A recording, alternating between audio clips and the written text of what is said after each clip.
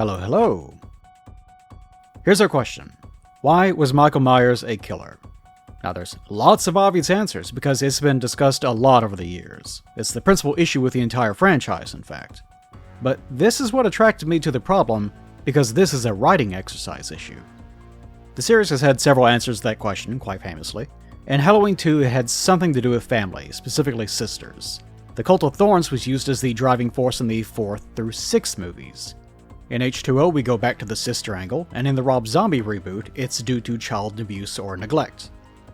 Also, in the 2018 series, which tried to replace Halloween 2, the script goes to great lengths to try to make his motivations unknowable, but by the second movie in that trilogy, he's more explicitly just a force of evil.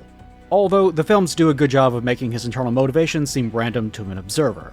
All this has been covered before. It's the franchise's most famous issue. There are many attempted answers and many failings.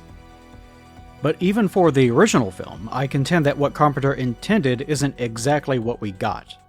Carpenter called him, the physical character Nick Castle's version of Michael Myers, the shape in the credits. Carpenter wanted Myers to just be evil, technically in the shape of a person. Myers was a force, not something to be discerned. And all of this hinged on a script that had taken 3 weeks to write. A bit more on that later. For now, it's only important to acknowledge that for the whole series, including the original, Myers' appeal is somewhat of an emergent property, not a result of careful design. And for a character that's supposed to be unknowable, supposedly, I find that to be very fitting. It's almost like in the first film, the character itself came alive off the script's page in a way we can't rationalize. So, the typical answer is that Michael Myers is a killer for reasons we can't comprehend, which is fine. But you know me, that's not good enough. The fun isn't in the answer, it's in analyzing why that's the answer. So, in this video, we're going to be deductively looking at the original film and search for clues as to what his motives are or are not. And just like in my The Thing video, we're going to be looking at the original movie itself. Not the intent of the writer or director, not the sequels, not the novelization, not comics, not video games, or so on. Although I might call upon those for context. Not proof, just context, when discussing something. Why? Because the original movie is what created the franchise. Everything that came after was emulating its appeal and popularity. More on that later as well. What I want to look at is that appeal, in a vacuum, to determine what the movie was doing right in the eyes of the viewer in 1978.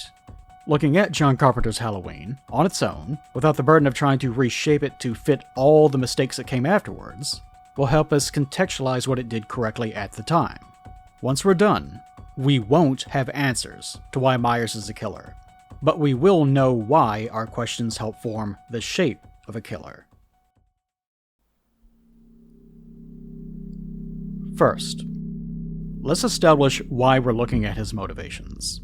Michael Myers' motivations should be unknown because that's what makes him scary. This is the refrain we've repeated for about 50 years. By the way, yes, in 2028 this movie is 50 years old. I know that's scary, but let's focus. Of course, I agree with that. His motivations being unknown is part of the package of fear. But there's many ways of thinking about what that means. In Halloween 2 onward, why does he target his sisters?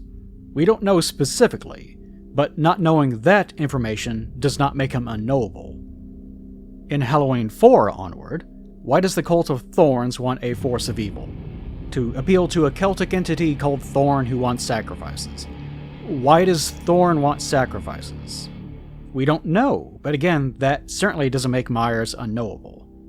And if Myers is just a force of evil, as he arguably even is in the first movie, we don't know why he's killing beyond him being evil.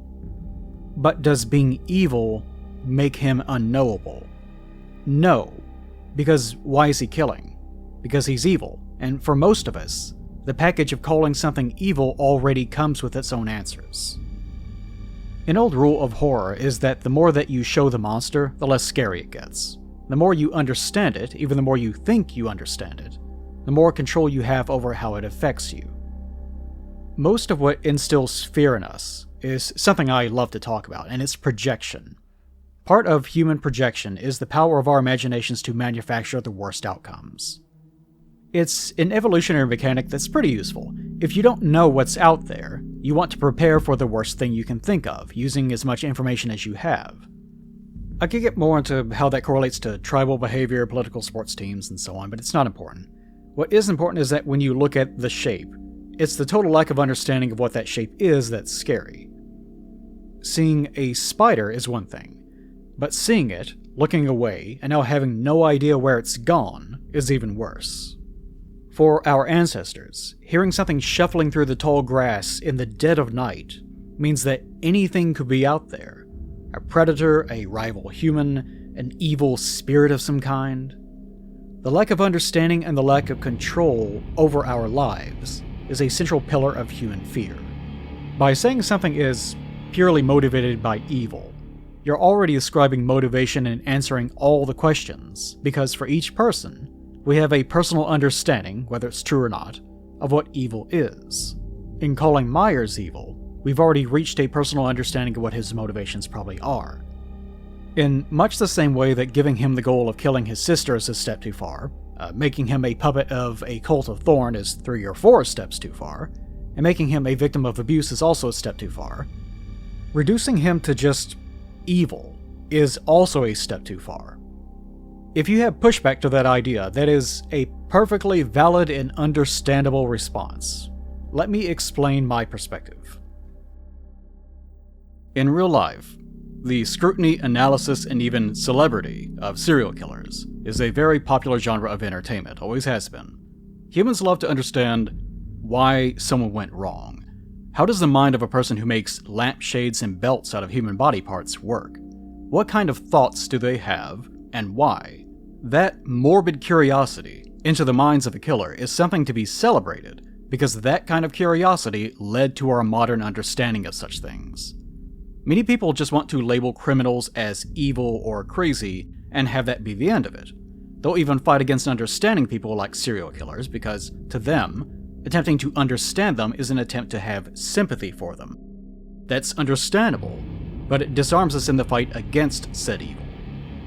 If you want a great story relating to that, check out Mindhunter, which is based on John E. Douglas's real-life experience of creating the modern behavioral science unit of the FBI. This same curiosity is also what gave us the current DSM, Diagnostic and Statistical Manual of Mental Disorders, which is always changing because we're always learning. That is the crux of all science, and it's the crux of all fear and its conquest. Not knowing, studying without bias, and then understanding and reshaping our understanding as we acquire more and more information. We are driven by instinct to challenge fear by rationalizing it in some way. It's been my experience that true crime is especially popular with women. That's no secret, you can find tons of armchair theories on why this is the case. In my cursory research, there's a 2010 University of Illinois at Urbana-Champaign study on the draw of killers for women, which is ordinarily paywalled. Also a 2020 University of South Carolina paper on domestic abuse survivors' relationship with true crime podcasts. A 2024 Aarhus, University of Denmark study relating to differing preferences between horror and danger relating to the sexes. Another 2024 study on true crime female audiences relating to ethical viewing. And a 2025 British Journal of Psychology paper on the morbid curiosity associated with true crime. You know, if you're scientifically curious and want links in the description. This is no secret. This is also an entire subject on its own, so I won't linger here any longer than to say, my point is that it's theorized that women are attracted to the study of what could possibly harm them, amongst other reasons. To know the potential for danger is to have the potential to disarm that danger. Understanding a killer gives the potential to stop them, and to stop future killers from ever existing. Again, we are biologically compelled to understand what we fear, or at least to try to put it into a box that we can label. It's my personal view that this behavior also relates to conspiracy theories, racism, political divisions, and so on. As humans, we're wired to compartmentalize, label, and categorize, especially things that we don't understand or that feel foreign to our tribes, behavior, and way of life.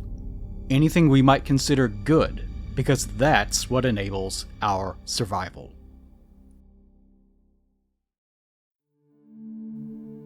Evil, then, in many ways, is just another box. When you put Myers into that box, he now has an explanation and it's whatever label you put onto it. That's my thought process. So when I say calling him evil is a step too far, this is what I mean. You're already answering too many questions. There's too much explanation in calling something evil. It's too easy, it's reductive, and reducing that challenge lowers the scope of what makes something truly scary. It's reality. In Quantico 1977, academics within the FBI and its periphery had to fight fellow members of law enforcement who dismissed criminals as evil. It's easy to call something evil, crazy, born wrong, inherently broken, or just a bad person. Doing otherwise feels like it's giving it credence, that you're somehow legitimizing it by acknowledging that it has depth or deserves our understanding. But fortunately, empathy is not necessarily sympathy. Sympathy correlates to a positive emotional response. That is effective empathy. To have cognitive empathy is to project and simulate without emotion the conditions that create behaviors. The academic distance that scientists, old-style journalism, and researchers are taught to hold is what gives us the weapons we need to fight against the things that we describe as evil. In the past, people we would describe as inhabited by demons or replaced by fairies are now, instead, known to be having psychological episodes. And sometimes it's as simple as administering the chemical their brain lacks. This can transform our demon, our evil, into someone that desperately needed our help. The fact that they didn't get that in time could be part of why they became a criminal. Now, admittedly, despite our modern understanding of the pathologic, the human bias and predisposition to label and reduce will always remain. The neutral, detached study of a killer will always be a struggle, because in many ways, knowing that someone isn't a monster makes their behavior that much more terrifying. The actual terror of a serial killer, which is what slashers as a genre were born from, is the knowledge that this is a human being, and something unknown has gone wrong. That knowledge carries with it the acknowledgement that the people around you, the strangers you see, the acquaintances you know, all have the potential to be broken in some way. Aberrant. Unstable. A potential threat. There was always the chance that the handsome-faced man asking for help because he's using fake crutches is actually a Ted Bundy. The possibility that the person you love most, your partner, could turn out to be someone that you never really knew. The potential for a church leader or camp counselor or a policeman or a neighbor to harm one of your children. Or even the reality that said child may grow up into something sinister, perhaps something that you could have prevented if you had known, if you had questioned more. That is terrifying, much more so than a boogeyman or a tiger in the bush or an entity that has no motive beyond cartoonish, evil behavior. Real fear of another person stems from the reality that they are real, and you still can't see or understand their motives. That's why this video exists and why I asked the question, why was Michael Myers a killer?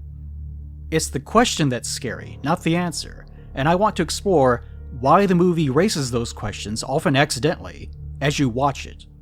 And I want to extrapolate on why it's also important that you can't reach a conclusion. What's with my insistence on only examining the first film? I mentioned this before.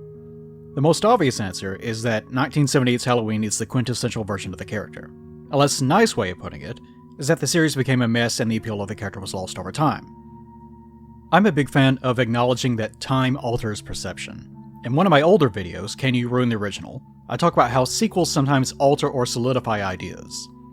Darth Vader going from someone's name to a title with its own epic history, for example. The conclusion I reached in that video is that you can definitely ruin the original in the sense that time always erodes an idea. Its original unadulterated context will always be lost. Products have maximum context to the culture and time they released in, and as time goes on we lose a lot of that and begin projecting modern perspectives onto the product. And I'm of the opinion that some of that context for Myers is gone now. For a moment, roll back to John Carpenter's Halloween, 1978. Jimmy Carter was president, the TV show Dallas starts airing, The comic strip Garfield was first published. The video game Space Invaders was released. Ted Bundy escaped and murdered 4 sorority girls, and the Star Wars Holiday Special was aired for the first and last time. It will provide many years of fun and valuable service for you. Truly a time of beginnings and great evil. In Halloween's little pocket of the 1970s, it was arguably the very first modern slasher film. Texas Chainsaw Massacre involved a family of homesteading cannibals. At least one of them wore a mask of human leather, based off Ed Gein. Black Christmas was a story about a serial killer who at least is obscured. And Psycho depicts a man who is psychologically driven to kill in an era before human psychology was a mainstream concept. Robert Bloch's original novel Psycho was also based off Ed Gein. Note I said modern slasher. Sleazy movies about a crazy person going on a rampage of some kind were actually incredibly common in the 70s. The modern concept of a slasher villain didn't exist yet.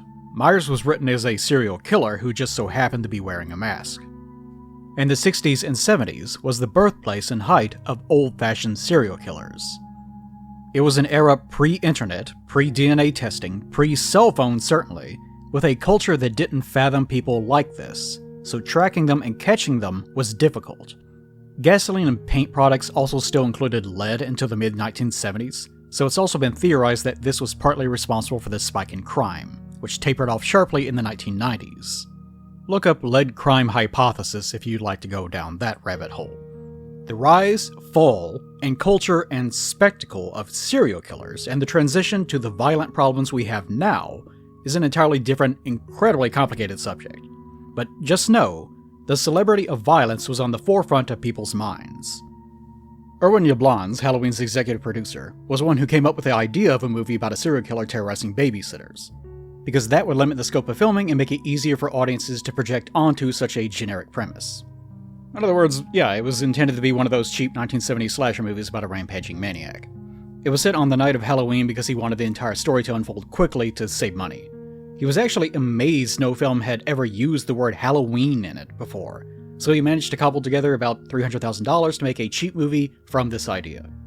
John Carpenter, who was still fairly new to the world of directing, was brought on because of his work on Precinct 13. Deborah Hill was Carpenter's script supervisor on that movie, where they had also started a relationship that would continue until 1985. This couple co-wrote the script based on that idea. Now, according to Deborah, almost all of the dialogue of the girls was hers, while Carpenter was the one who added Loomis's dialogue and the idea that Myers was a force of evil. The writing process took 3 weeks, and the filming process took 3 weeks.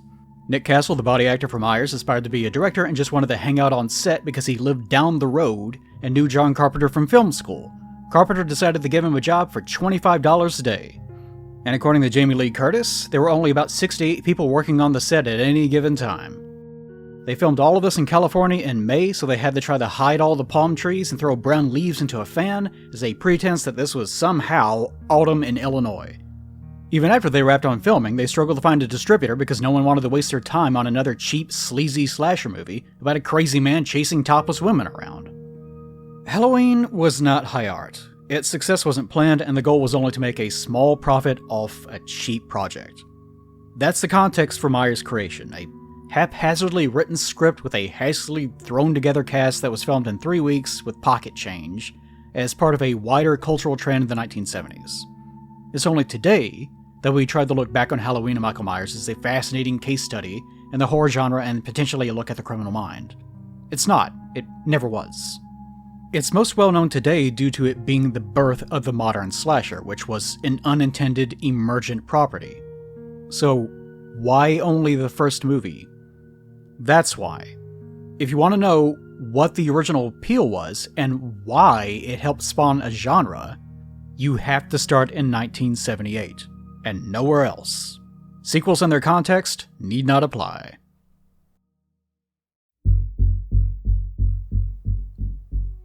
Halloween was part of a pivot point, where America turned from the general grime and grit of the 70s to the spectacle and financing of the 80s. Going all the way back to the 1950s and 60s, car culture was huge. Part of that culture was a culture of hitchhiking. Back then, it was actually very common for people to get around by asking strangers for rides. This didn't really start to die down until the 1970s, when the concept of a serial killer took hold in American culture. That helped make 70s slashers a popular source of entertainment, as alarmist media started taking control of the way people thought and behaved, which itself was an extension of McCarthyism and the Red Scare of the 1950s. It's just a big old bucket of history. By the 80s, there were widespread campaigns telling parents that a stranger was going to abduct their children at any moment. It wasn't well understood that most child abductions were actually conducted by the parents themselves. Extending from nuclear bomb drills in the 50s to the abduction campaigns of the 80s, a lot of American media has always been driven by fear. The fear that some unknown, unpredictable force is gonna get you. Near the end of the 70s, we also saw the rise of films with higher budgets and more focus on special effects. Star Wars, Aliens, Superman, Close Encounters of the Third Kind, Jaws, and the like helped move expectations for what a movie should be in the 1980s, which largely started becoming obsessed with explosions and elaborate visuals. Modern slashers are an evolution of those movies, when the killer stopped being a crazy person and started to become a fantasy monster. So if you join these things together, American marketing and spectacle, and American fear-mongering, you get a recipe for turning 80s slasher villains into marketing brands. And that, more than anything, is what Halloween did to the idea. Myers, Jason, Freddy, Chucky.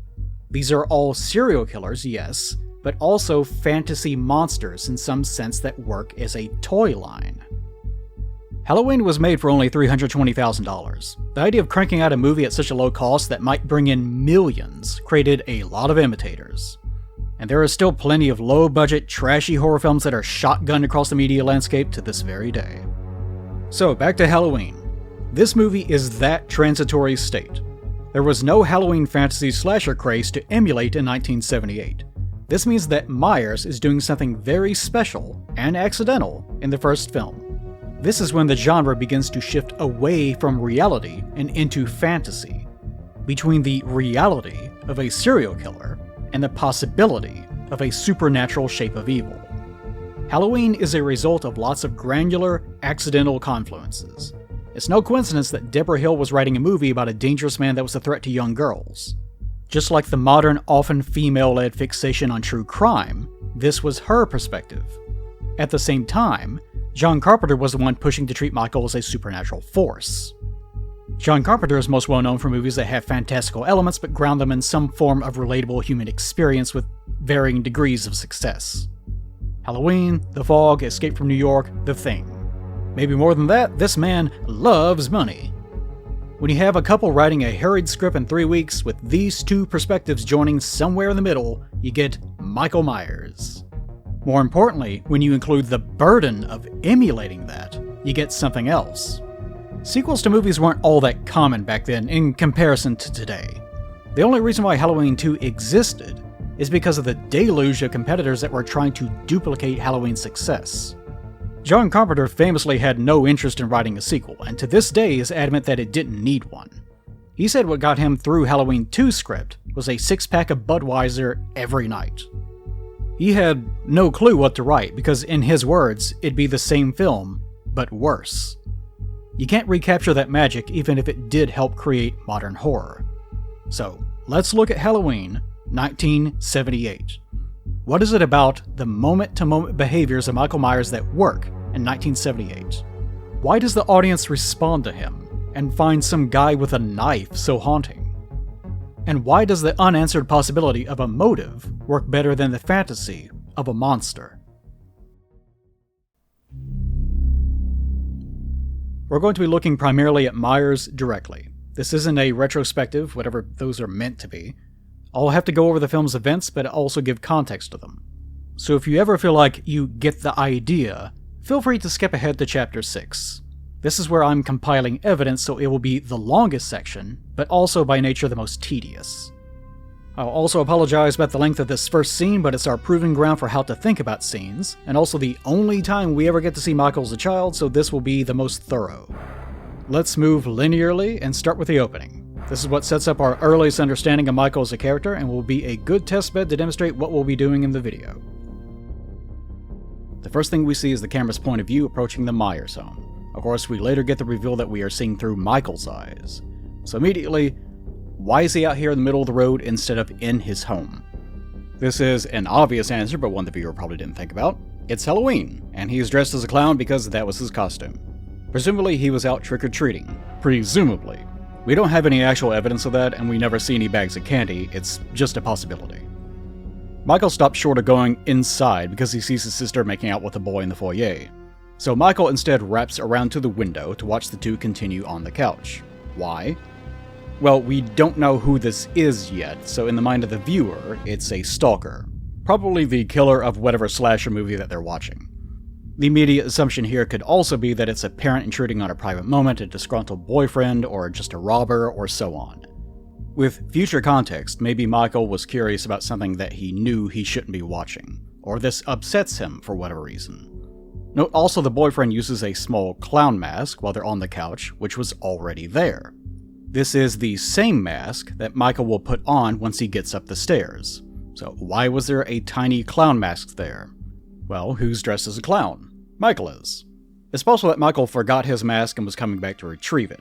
It's also possible that he never had any interest in trick-or-treating and left it here.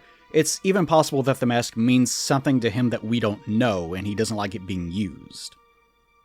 His sister, Judith, is presumably the one babysitting him. Yet he's not at home, and he's a 6-year-old who's being left unsupervised, although she seems to think he's still around here somewhere.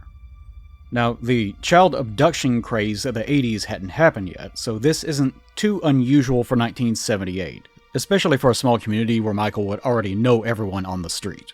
But it still seems to paint the picture that Judith may have sent Michael out so that she and her boyfriend could be alone. Or she just wasn't paying attention. Maybe she knew he had a habit of wandering around outside. Later we see that she got undressed in his room, so she wasn't too bothered by not knowing where he was. The camera rolls forward, then backwards. Whoever this is seems to change their mind on where to go and what to do. In real life, part of this is likely because of the goal of making the opening a contiguous shot. The camera needed to sometimes face black, so there would be stitching points for the film reels. The entire opening was so long that the reels of film that they were using were actually being completely used up in the process of doing the entire opening scene. This necessitated the crew running around out of frame trying to rapidly move equipment and adjust lighting as they filmed. The final shot is actually 3 different takes that they stitched together, using moments like Myers looking into the clown mask, or the camera's view swinging into a black wall after the murder to hide transitions. So moments like this are just optional stitch points. But again, in the context of the audience seeing this scene, it gives the impression that the stalker is excited, confused, or panicked. Our point of view moves to the porch to see the light turn off in her bedroom first, then immediately races around to the backyard.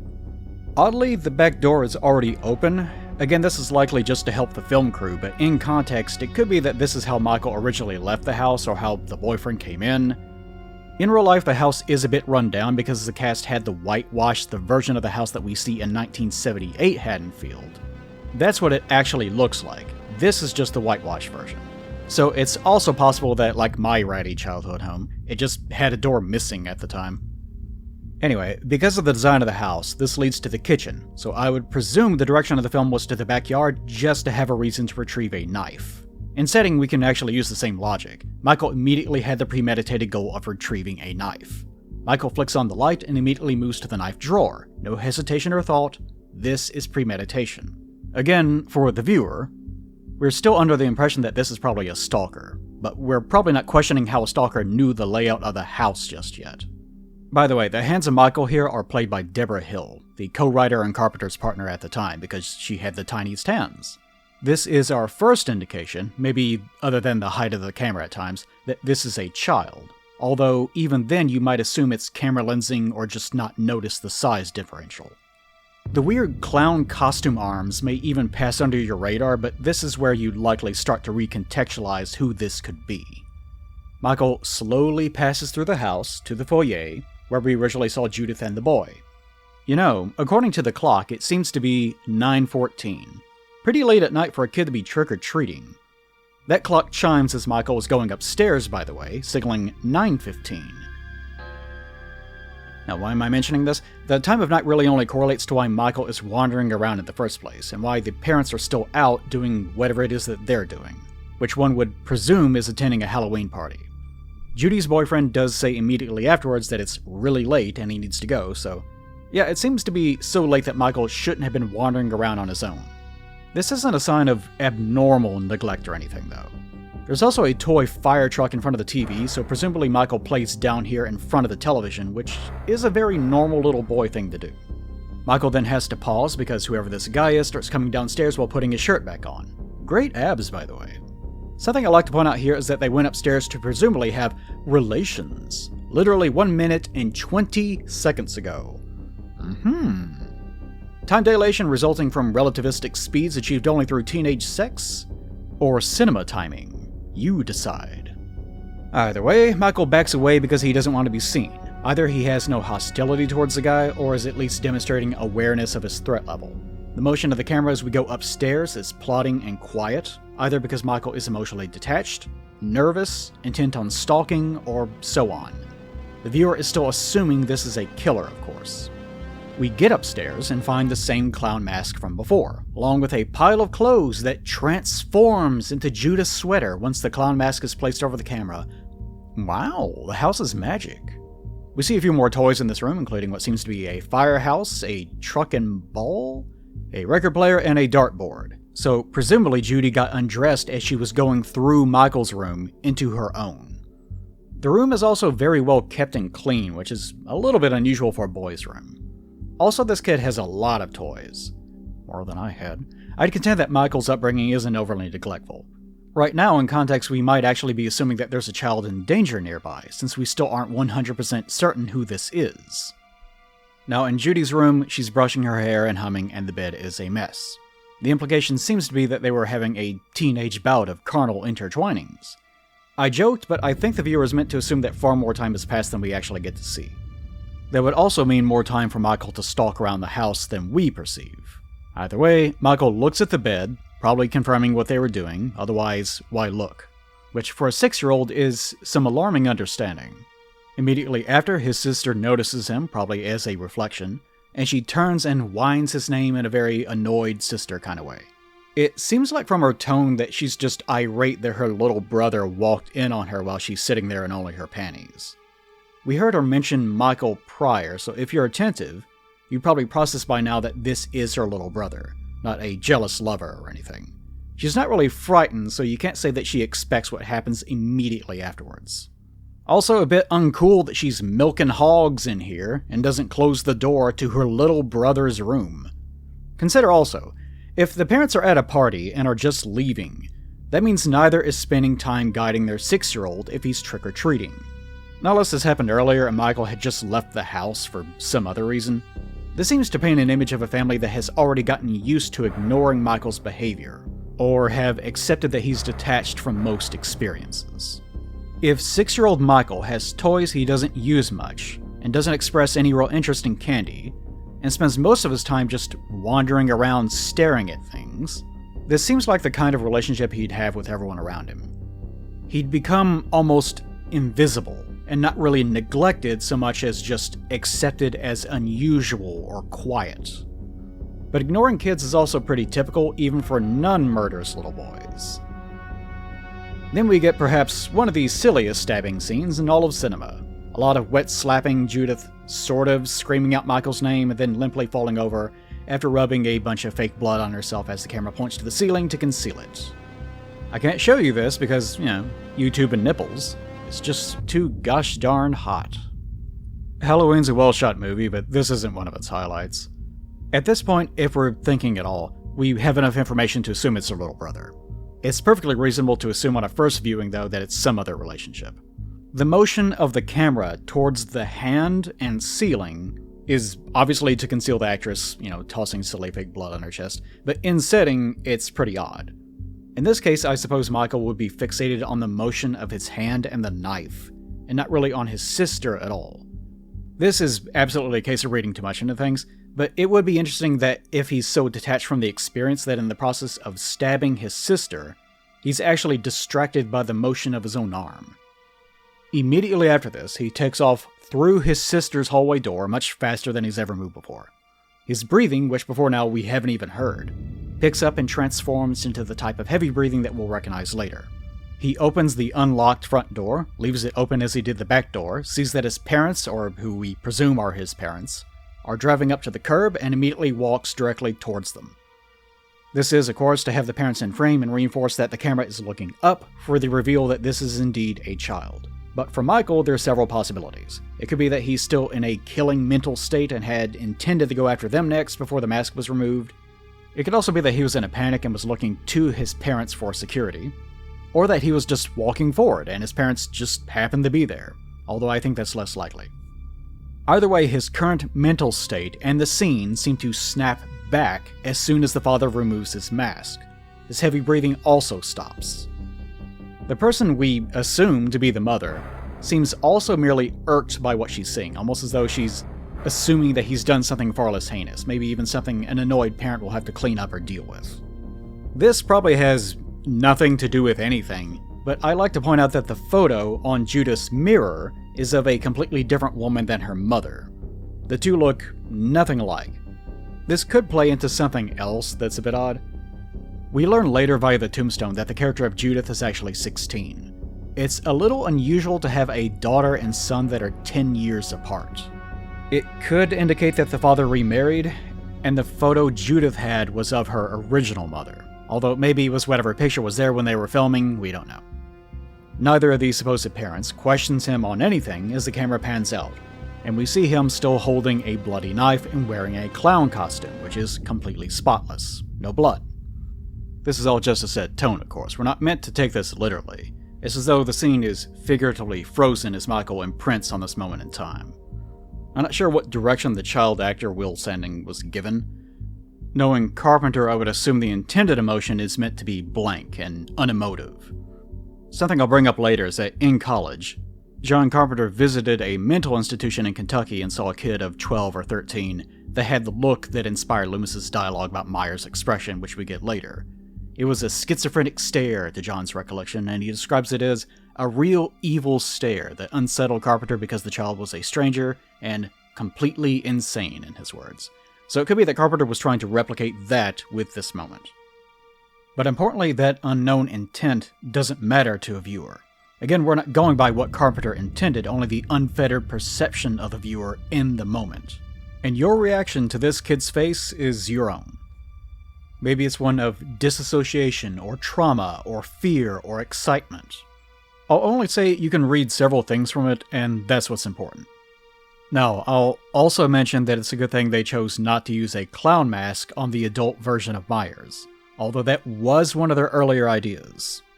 Carpenter had sent Tommy Lee Wallace out to get a Halloween mask with only the direction that it'd be relatively unfeatured and blank-looking. I say this because if Myers had used a clown mask as an adult, it wouldn't have been as scary, yes. But we may have also been led to believe as the viewer that there was something supernatural about the mask itself, or clowns, and that Myers was less accountable for his own actions. In this scene, due to his actions and expression, that would be a perfectly reasonable conclusion to reach for this kind of film. What kind of child would murder his sister and for no reason, after all? Our first reaction would be to assume that either the child is having an episode of some kind, or that the movie is going to entail some kind of supernatural manipulation of an innocent boy. But at the same time, people still weren't thinking much about psychological disabilities yet, so a 1978 viewer may reach an immediate assumption that this is, indeed, just an evil child. Carpenter, however, would later also describe casting adult Michael's face with the goal of looking for someone angelic. So for Carpenter, it seems like it was important for Michael's face to look innocent in some way, or at least devoid of malicious intent. The fact that his little clown costume is also spotless helps paint the image of someone who is ethically untouched, maybe even someone who is as much of a victim as Judy was. And that's kind of what we get in this scene. The killer isn't a man or even a crazy child. Michael isn't throwing a tantrum, slashing at everyone with his knife. No, this kid doesn't seem to register where he is or even what he just did. So, scene 1. Why did Michael do this? Importantly, the viewer can't find a reasonable explanation. His home life doesn't seem abusive or abnormal. There's nothing in the house to indicate anything is too abnormal about Michael himself. His relationship with his family seems a little detached, but that's somewhat normal for a 6-year-old. The family wouldn't be treating him in the same way as a young adult. we were led to believe it was probably a stalker or serial killer, and then were taken aback when we realized that the victim knew the killer. And as soon as we realized that this is her little brother, every possibility we had no longer makes any sense. Was there something about her promiscuity that set him off? Jealousy over physical attention? As the first scene of the movie, we might be inclined to think that there's some greater dramatics happening within the family that will explain it all. Especially if we're eagle-eyed enough to notice the mother's behavior or that she doesn't seem to match the photo of the woman in the mirror, which is doubtful. Point being, there's nothing to act as a true lead in this scene. Also, more importantly, there are still a lot of little elements that get your mind racing with possibilities. One of the most important lessons in writing is audience participation. When your viewer engages with the writing, they start projecting. And most importantly, when the viewer projects, they self-involve. This being a little kid creates even more involvement, in part due to the time that we spent as his point of view. That participation is now transformed into confusion. It's almost as though the view of the killer was a different person than the one that gets the blame. And this is our lesson. Michael Myers at this point is unknowable, not because there are no answers, but because there are too many possibilities. That wrenches you forward, involves the audience, and proposes a mystery. Much of the rest of the film is spent with the camera exploring the locations in a semi-point of view. The film never again lets us see the hand of the killer from their point of view, I think. We only get the idea that there's danger somewhere on the screen. And for all the things that I just pointed out, a lot of it is probably by accident. My turning the analysis up to 11 and reading into the scene is a form of projection itself.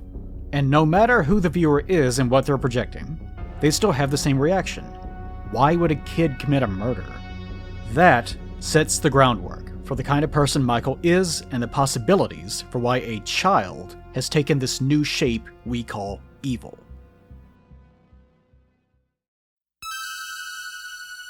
Alright, now I'm going to try to pull back on the magnifying lens, less insane detail, more bullet points. October 30th, 1978. At this point, we get into the more explicitly Carpenter dialogue. Our first exposure to adult Michael is the character of Dr. Samuel Loomis talking to Nurse Marion Chambers about him as they head to an Illinois State Sanitarium to escort him to a court hearing. According to the dialogue, they're going to a higher or maximum security facility. What Myers has done to warrant that, we can only assume. If you're wondering why they're picking up Michael Myers from a high-security sanitarium in a station wagon at 3 a.m. in real life, although implied to be earlier, with no security besides a woman and an old man, for a court hearing that's scheduled presumably either that night or the following day, yeah, those are good questions. Maybe the beefy men in better car were waiting for them there. It's also strange that Michael would have a court date set for Halloween since this is the night of the 30th. It's not a federal holiday, so court dates are still held on Halloween. In 1978, October 30th and 31st were on a Monday and Tuesday respectively, so that checks out. But if Loomis is so suspect later of him being primarily driven to return home for an anniversary, why would they have a court date set for Halloween in the first place? His murder anniversary? It's especially odd having a court date for a crime he committed as a 6-year-old, 15 years ago, if he's currently still not able to be held competent. Point being, it's all a little bit ham-fisted to get Michael where he needs to be in the script, in a spooky scene where mental patients are roaming around in the rain, but there's nothing technically out of place. Michael hasn't spoken a word in 15 years, according to Loomis, who also doesn't mention any prior crimes. Yet Loomis insists on using Thorazine on him before they take him before the judge. Now, Thorazine is an antipsychotic that also causes severe fatigue, so the intent is to almost knock this guy out. Again, they seem to suspect that he'll cause some sort of commotion, although it's not explained why. And it's worth mentioning that drugs work on him, so it's not as though he's supernatural. Also, fun fact, Thorazine also causes lactation, even in men. Michael Milkies. Here, Loomis won't refer to Michael as a person, only it, or the evil, and admits that he never wants Michael to be allowed to ever leave an institution. I'll spare you the details on this, but the whole area is fictional. Illinois State Hospital might be referring to the one in Jacksonville, but all of the mental health institutions operating in the 70s and even today are all much further north, usually near or in Chicago. In real life, this dirty road in the middle of nowhere is a dirty road in the middle of nowhere, near the Coyote Mountain Trail in Los Angeles, near the Upper Hollywood Reservoir. The part later where Loomis is arguing with Dr. Wynn was filmed at the Lavinia Respiratory Hospital, which was torn down in the 1990s.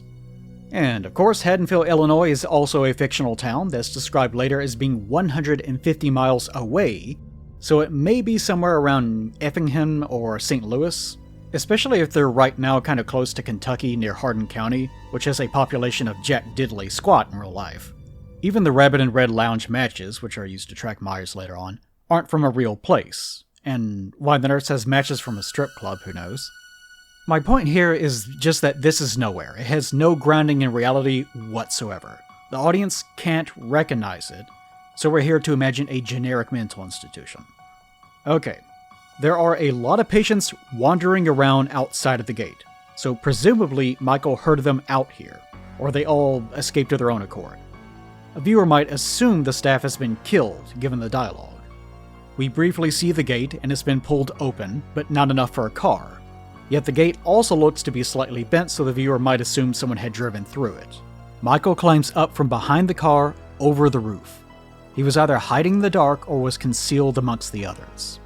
If Myers had herded them out here, this could be part of a plan to get the vehicle to stop and investigate the patients. Since Myers is still dressed in a gown, he either didn't have time to acquire clothing from the staff he presumably dealt with, chose to blend in with the rest of the patients, or simply didn't have the acuity to change clothing. In other words, we don't know how crazy he really is. We can only assume this is part of a plan to escape. By getting on top of the car, this compels Marion to roll her window down, which, I wouldn't have done that. Whether Michael is then trying to pull her out of the car or just frighten her or crash the vehicle, we can't know. Michael then smashes his hand into the glass. I don't know if we're meant to see this or not, but he's holding a wrench, probably a 3/4 or 11/16. In real life, I'm sure this was to help Castle break the glass, but you could also view it as Myers plotting ahead of time. The wrench could have been the weapon he used to escape or just a tool. Hitting the window to break the glass could be viewed as a psychological tactic to scare Marion, or an attempt to kill her. Also, if the wrench is just a real-life prop and the audience isn't meant to notice it, you can view him smashing his hand against the glass as just a raw, animalistic impulse. So again, we can't be sure how much of this is planning by Myers and how much of it is just insanity, if any. He could be very lucid and plotting, or an uncontrolled madman.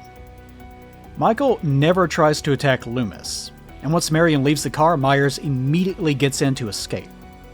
Either he's nuts and this just works out for him, or it was his plan all along.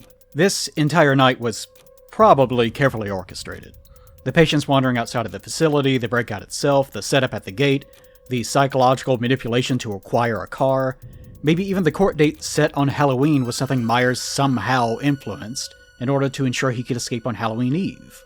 He presumably could have achieved whatever this plan was at any time if all he needed to do was leave the grounds and steal a car. Again, he's either nuts, Halloween was important, or stealing a car that Loomis was in was important. We don't know. He's either a madman or a genius. This is either all happenstance or calculated. He hasn't visibly hurt anyone, so either he's evil or neutrally fixated. Anyway, Loomis, of course, immediately asserts correctly that this was Michael, although he again only refers to him as it and the evil. When Donald Pleasant said his dialogue was melodramatic, he was not kidding. But from this, we get the impression that Loomis is used to Michael plotting without speaking. He's aware of what kind of tricks Myers pulls and is quick to understand that this was a reasoned, intelligent attack. If you're also questioning how a 6-year-old who was institutionalized for 15 years knows how to drive a car, Loomis jokes about this later. He was doing very well last night, in reference to Myers being unable to drive, and that maybe someone around here gave him lessons. Yes, indeed. In the commentary, Carpenter also finds this funny, admitting it was an oversight. Did Myers actually study how to drive when no one was looking? In 15 years of being largely ignored by the people around you, yeah, you might pick up on some details, somehow, just without the practice that goes with it. What I find funny here is the parallel to his childhood, where at least it's possible that he was also being largely ignored by his family, due in part to being a little bit off. So yeah, maybe he knows way more than he lets on, and you never noticed. Some of you may be thinking about this, but in the TV airing of Halloween, there are additional scenes. 2 years later, in 1980, John Carpenter sold the Halloween TV rights to NBC, and while filming Halloween 2, shot additional scenes to amend to the original Halloween to lengthen its runtime just enough for television. I'm not using this as canon, you might say, as we're analyzing the 1978 reaction to Michael Myers, but I'll acknowledge some of your vague memories of seeing this. In those additional scenes, we see that the hospital that he escaped from is almost entirely unaffected, and Michael escaped because the person who was meant to be watching him just didn't show up for work that night, according to the nurse. The window to his door is smashed open, his bedroom is trashed, and the nurse claims he pushed all of the other patients outside. And because this is a scene being shot during the filming of Halloween 2, and John Carpenter had drunkenly accepted at this point that Myers' motivation oriented around his sister because he needed something to differentiate the two films, he has the word sister scrawled on the door. Just so you know, sister. So you can see why I'm not treating this as a valuable source of information. I only bring it up to demonstrate the possibility of how Carpenter and Hill were thinking while writing the story 2 years prior, and then again 2 years afterwards, once emulating the film's financial success became the primary concern. In the actual film, it's important to note that Myers doesn't act this way. His actions are always calculating, calm, and reasoned. He doesn't throw tantrums. And also importantly, the only person that seems intent on saying that Myers is evil is John Carpenter, yes, but in film, the character of Loomis. Something very important to consider is that Loomis himself is not objective. So the statement that Michael Myers is evil itself and can't even be treated as a person isn't a statement of fact, but a belief of the character. And that's important to remember because the audience is learning about the character as they watch. This could still be an abused child that's been mistreated then by the staff, for all the viewer currently knows. And so far, the only thing we've seen from Michael at all demonstrating any form of arguable malice is Loomis's bias and Judith's murder. So, at this point in the movie, what we're led to believe about Myers doesn't necessarily equate to what we've seen.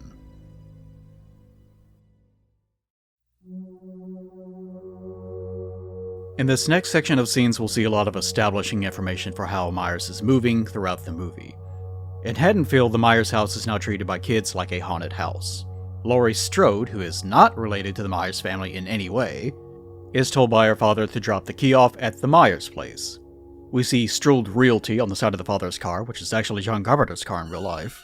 So presumably in 15 years, the dilapidated house of Michael Myers has never found a buyer, although they, whoever they is, are coming by to look at the house at 10:30.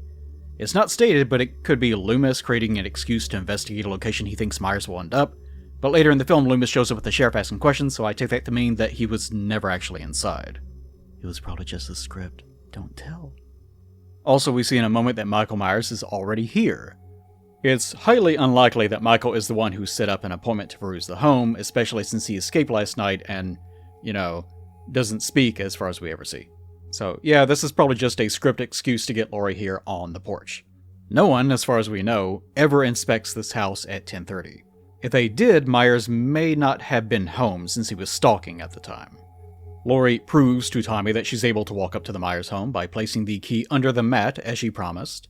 Immediately we see that Myers is already inside, breathing heavily by the front door. After the two start moving away, he immediately moves out onto the sidewalk and locks his vision onto Laurie. If you look at his face as he moves in the frame, it looks like his skin is too pale to be human, so I take that to mean that he's already wearing the mask. His breathing also sounds muffled, so it's a good assumption. I find this important only because we typically associate Myers' breathing and actions so far with wearing a mask. When it comes off, so far anyway, he seems to calm down or at least disassociate. It also establishes a minor part of the timeline for events later. I also mentioned that the song Laurie sings as she walks away is something Jamie Lee Curtis came up with for herself on the spot, although Carpenter told her to sing something, so it's not designed to fit the scene. Still, a viewer might read into her singing "I Wish I Had You All Alone, Just the Two of Us" as something Myers projects onto after hearing it, so it's worth a mention. In the aforementioned scene of Loomis griping about Myers driving a car, It's also established that no one takes Loomis seriously when it comes to Michael. This is a standard movie trope of an untrusted messenger, but it also shows that despite his 15-year history with the boy, other doctors don't take his evaluations seriously. That said, Loomis does correctly predict where Michael is going. So, if Myers escaped in a car, how would Michael know how to get here, 150 miles away? Maybe he's supernatural, sure, yes. Or just had been fixating on it for quite a long time and picked up the idea of his placement in the world in the process. Something more unusual is, because Myers hasn't spoken a word in 15 years, how would Loomis know what he wants to do, if anything? I'll offer this up. This is still in an era in which clinical psychologists would routinely get in trouble for planting ideas in their patient's head. That can still be an issue to this day, and it's something that you have to be trained against. In a similar way that interrogators using violence always end up with lies and confirmation bias-driven quote-unquote secrets pried out of their victims, clinical experts can sometimes manufacture evidence and motivations and false memories if they suggest them to their patients. It's entirely possible that Loomis knows where Myers is going because he manufactured a motivation and story for Michael in the absence of the boy ever actually communicating with him. If Myers was impressionable enough of a blank canvas, he'd simply be enacting whatever behavior that Loomis had ascribed to him. But there's no evidence of this in the film, just as there's no explanation for how Loomis would know where he's headed. I also don't think the audience in 1978 is going to be thinking about that. When we return back to Laurie, we see that Myers has driven his stolen car, with its property of the Illinois government emblem on the side, to Laurie's school, where he's watching her in class. We didn't see the car near the Myers home, but he's still planning and keeping it accessible. In the context of future films, where Myers is more of a killing machine, it's funny to realize that he absolutely would have needed to fill up on gas by now. It's been 150 miles. Note that he's standing by the passenger door, behind the car, not next to the driver's seat. And, of course, again, this is Halloween, so a weird masked man isn't that unusual to Laurie. For a 1978 viewer, they won't see this as Myers' uniform, I guess you'd say. This is a movie called Halloween, so the killer is themed after the holiday. So to a theater goer in 1978, it's Michael wearing a mask. I know that's a distinction that may not make sense, but it's important to make. Now, even after looking away, he's still in the same position. She gets asked a literary question, and 16 seconds later, she looks back, and Myers is gone. So, in that 16 seconds, Myers ran back around to the driver's side door, started up the car, and left. Or put it in neutral and drifted downhill, I guess. Point being here, that's not much time, and he would either need to be supernatural, with a supernatural car, maybe, or be sprinting to escape before she looks back. I'll point this out a few more times, but Myers does need to run away as fast as he can in some scenes just to manufacture the illusion that he's teleporting or was never even there. Or, sure, he's actually teleporting, if you think he's supernatural. But if he was, why would he need to orchestrate an escape and steal a car? Maybe he powers up when he's in the house or something? It's a reaching possibility, but it's possible in the context of the film. This behavior is important to note because it's demonstrating that he's trying to impress himself on Laurie psychologically. In fact, you can even read this like a child playing with someone. Darting around, trying to spook someone like this is definitely something a little kid would do. I'm not saying this is his motivation, only that it's one of many options. The next time we see Myers, a bunch of kids are running out of school in their Halloween outfits. Tommy is being bullied by some little turds who are haranguing him and his beloved pumpkin about how the boogeyman gets you on Halloween. One of the little human stains runs directly into said boogeyman's hands. Ooh, get him! We can see briefly that Myers is wearing his mask, which again isn't too unusual for Halloween. Still, this spooks the little goblin and he runs away as Myers' trademark breathing picks up in intensity. Something I'll note here is that Myers grabs him in much the same way any adult might slow down a kid that's running too fast. There's nothing really overtly hostile about it, and it's even a little bit gentle. Michael then redirects his attention back to Tommy, delicately pushes off the fence, and meanders along the length of the school perimeter back to his car. There are 3 things I want to point out. First, who is he stalking? Lori and Tommy. Why? Well, there's no sister nonsense yet because it's 1978, so the audience only knows one reason why. Tommy and Lori were the ones that showed up at his doorstep. And that's it. As far as a 1978 audience knows, that is the only motivation he has for stalking either of them. We can headcanon a lot of reasons, of course, and that's fine. But as far as reasons given to us by the script, there aren't any. Especially as of this moment in the runtime of the movie. A lot of projection stems from more modern tropes about promiscuity, virginity, innocence, and so on. But those weren't really established in 1978 for a genre Halloween was inventing. And Carpenter even denied it had anything to do with being a criticism of liberal attitudes towards sex. Myers really is stalking both of them just because he saw them. Maybe because he heard their conversation about his home, if anything else. This is where audience involvement comes in. We have to ask why. This could just be a game to him, a random meaningless fixation and goal just because it was available. It could have something to do with Lori and Tommy looking like a sister and a younger brother, certainly. Maybe he projects himself onto Tommy, and Judy onto Lori. Maybe he's upset that both of them tainted his childhood home. Maybe he's welcoming them into his home in a sense, and wants to involve himself in their lives. Again, we don't know, and that's the important part. We, the audience, have to project meaning onto the creepy behavior that we're seeing. The second thing is that Nick Castle would later ask for instruction on how to walk as Myers. As of this moment, he's just a guy John knew, and he has been given no instruction or direction. That's probably part of why he seemed so gentle just now. It really is just Nick doing what Nick would do. But it's important to note that throughout the film, even later, he was allowed and then instructed to just not think about it. Myers doesn't walk in a menacing or evil way. He's just a guy walking. Carpenter didn't intend for him to convey anything, and John liked the way that Nick strode when he moved, describing it as being elegant. So if you get the impression that Myers is at times graceful or even gentle, some of that is intended. More to the point, giving him an impression of hostility is not intended. The less intent in his motions at all, the better. If you're the audience, your brain might pick up on that, and the confusion on what his mannerisms are communicating will make you uneasy.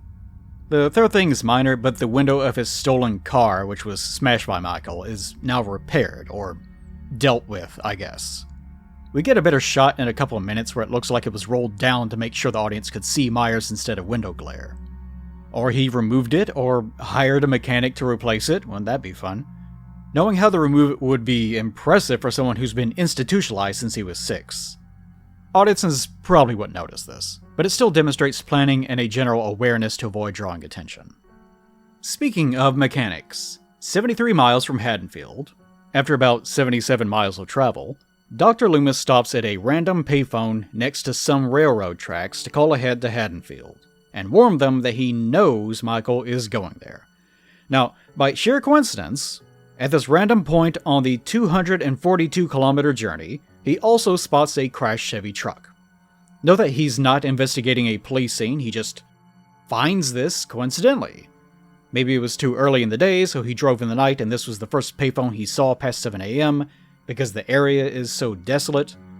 But what are the odds? Maybe it was destiny, or supernatural. Personally, I think it was because this was written in 3 weeks. Anyway, here he finds Myers' discarded gown and the rabbit in red lounge matches we saw earlier in the car. Also worth noting is that next to the red lounge matches are also the same Parliament cigarettes that Marion was smoking. The two were next to one another on her dashboard when the car was stolen. Now, I'm sure this is just in the script to let Loomis know that Myers was responsible, so the director put them here, obviously. But let's be anal for a moment. I mean, why not? It's like an inch away. So, 1978 audience member, why are they here? They probably didn't fall out by coincidence. Myers' car can't even squeeze in next to this truck. My drawing tablet pen likes to somehow flip its way across the room from time to time, so I won't deny the possibility that Myers' gown flicked them onto the ground or something equally random. But our viewer might think Myers left them here as some sort of taunt. That would presumably only be taunting Loomis specifically, because it wouldn't mean anything to anyone else. But we never get the impression that Myers cares about Loomis. Anyone else on the scene would assume this generic matchbook and cigarette pack belonged to the truck driver, or the killer, but wouldn't associate it with the Myers escape 75 miles away. Oh, rabbit and red matches! I read in a report this morning that the nurse driving a car stolen by Michael Myers had generic trash on its dashboard, matching this description. Yeah, we should definitely call that in. For our 1970 audience, we probably won't even notice or think about this. If they even remember the setup, they'd stop at, oh, he knows it was Myers, just like the writer did. You could also claim Myers killed this guy, then tried to smoke a cigarette just because they were there. This seems silly to me, but Myers can be a silly, curious guy sometimes. All to say, it's curious, but I don't think this really influences the audience's thoughts on Michael, despite Rabbit in Red becoming such a mimetic property within the fandom. The funny thing is, Loomis never even discovers the body, but the camera pans to show that the mechanic has been murdered, with his mechanic outfit stolen, explaining Michael's new clothing. Also, I think the mechanic is wearing a flesh-colored shirt for some reason. It doesn't look like skin, so maybe the actor was insecure by having his shirt off? But Myers supposedly ran this guy off the road or was hiding in the back of his truck. We don't see any skid marks other than the trucks or any debris. Myers may have somehow hid in the back, but it'd take a long time to make his way back to his own car, so probably not. Not unless Myers killed the guy, then drove the truck to his parked car. Whatever you want to think. Whatever. Hey, maybe this is the mysterious window repairing mechanic that I joked about. A 2 a.m. repair job, hired by a naked man in a hospital gown that only communicates via breathing. The implication I think the audience is supposed to assume is that Myers got onto a main road, and since it was late at night, didn't encounter many people. He got behind this random mechanic who may have been out drinking or something, ran him off the road and stole his clothes. But not his truck. Maybe Michael likes station wagons more, or it's Myers trying to reduce his criminal footprint. Either way, the point of this scene is to show that Myers is violent, Loomis's opinion aside. Now, if you wanted to, you could even imagine this happening by accident. Someone with no driving experience, like Michael, panicking when he sees an oncoming vehicle in the middle of the night for the first time.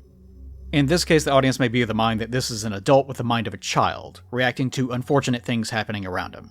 Some viewers might create such a headcanon, but I doubt it. The obvious takeaway is the confirmation that Michael is a killer. But in some ways, this scene is such a mess of logical holes that it really helps sow confusion about what Myers is. To me, the most important thing to note is that all of this happened prior to him getting a mask, prior to getting the Haddonfield, and prior to him seeing Laurie or Tommy. So, if we want to ascribe value to the mask, Haddonfield, Laurie, and Tommy, or so on, those trigger events didn't happen before this murder.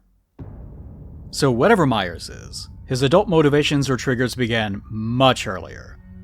So it's not possible to write off his behavior in Haddonfield as being psychologically reactive. At this point of the movie, just 20 minutes in, and an hour in the mine, the audience can clearly see the direction that Michael is heading. We now have confirmation that he's a murderer, and we know he's targeting Laurie. But again, we have no idea how or why.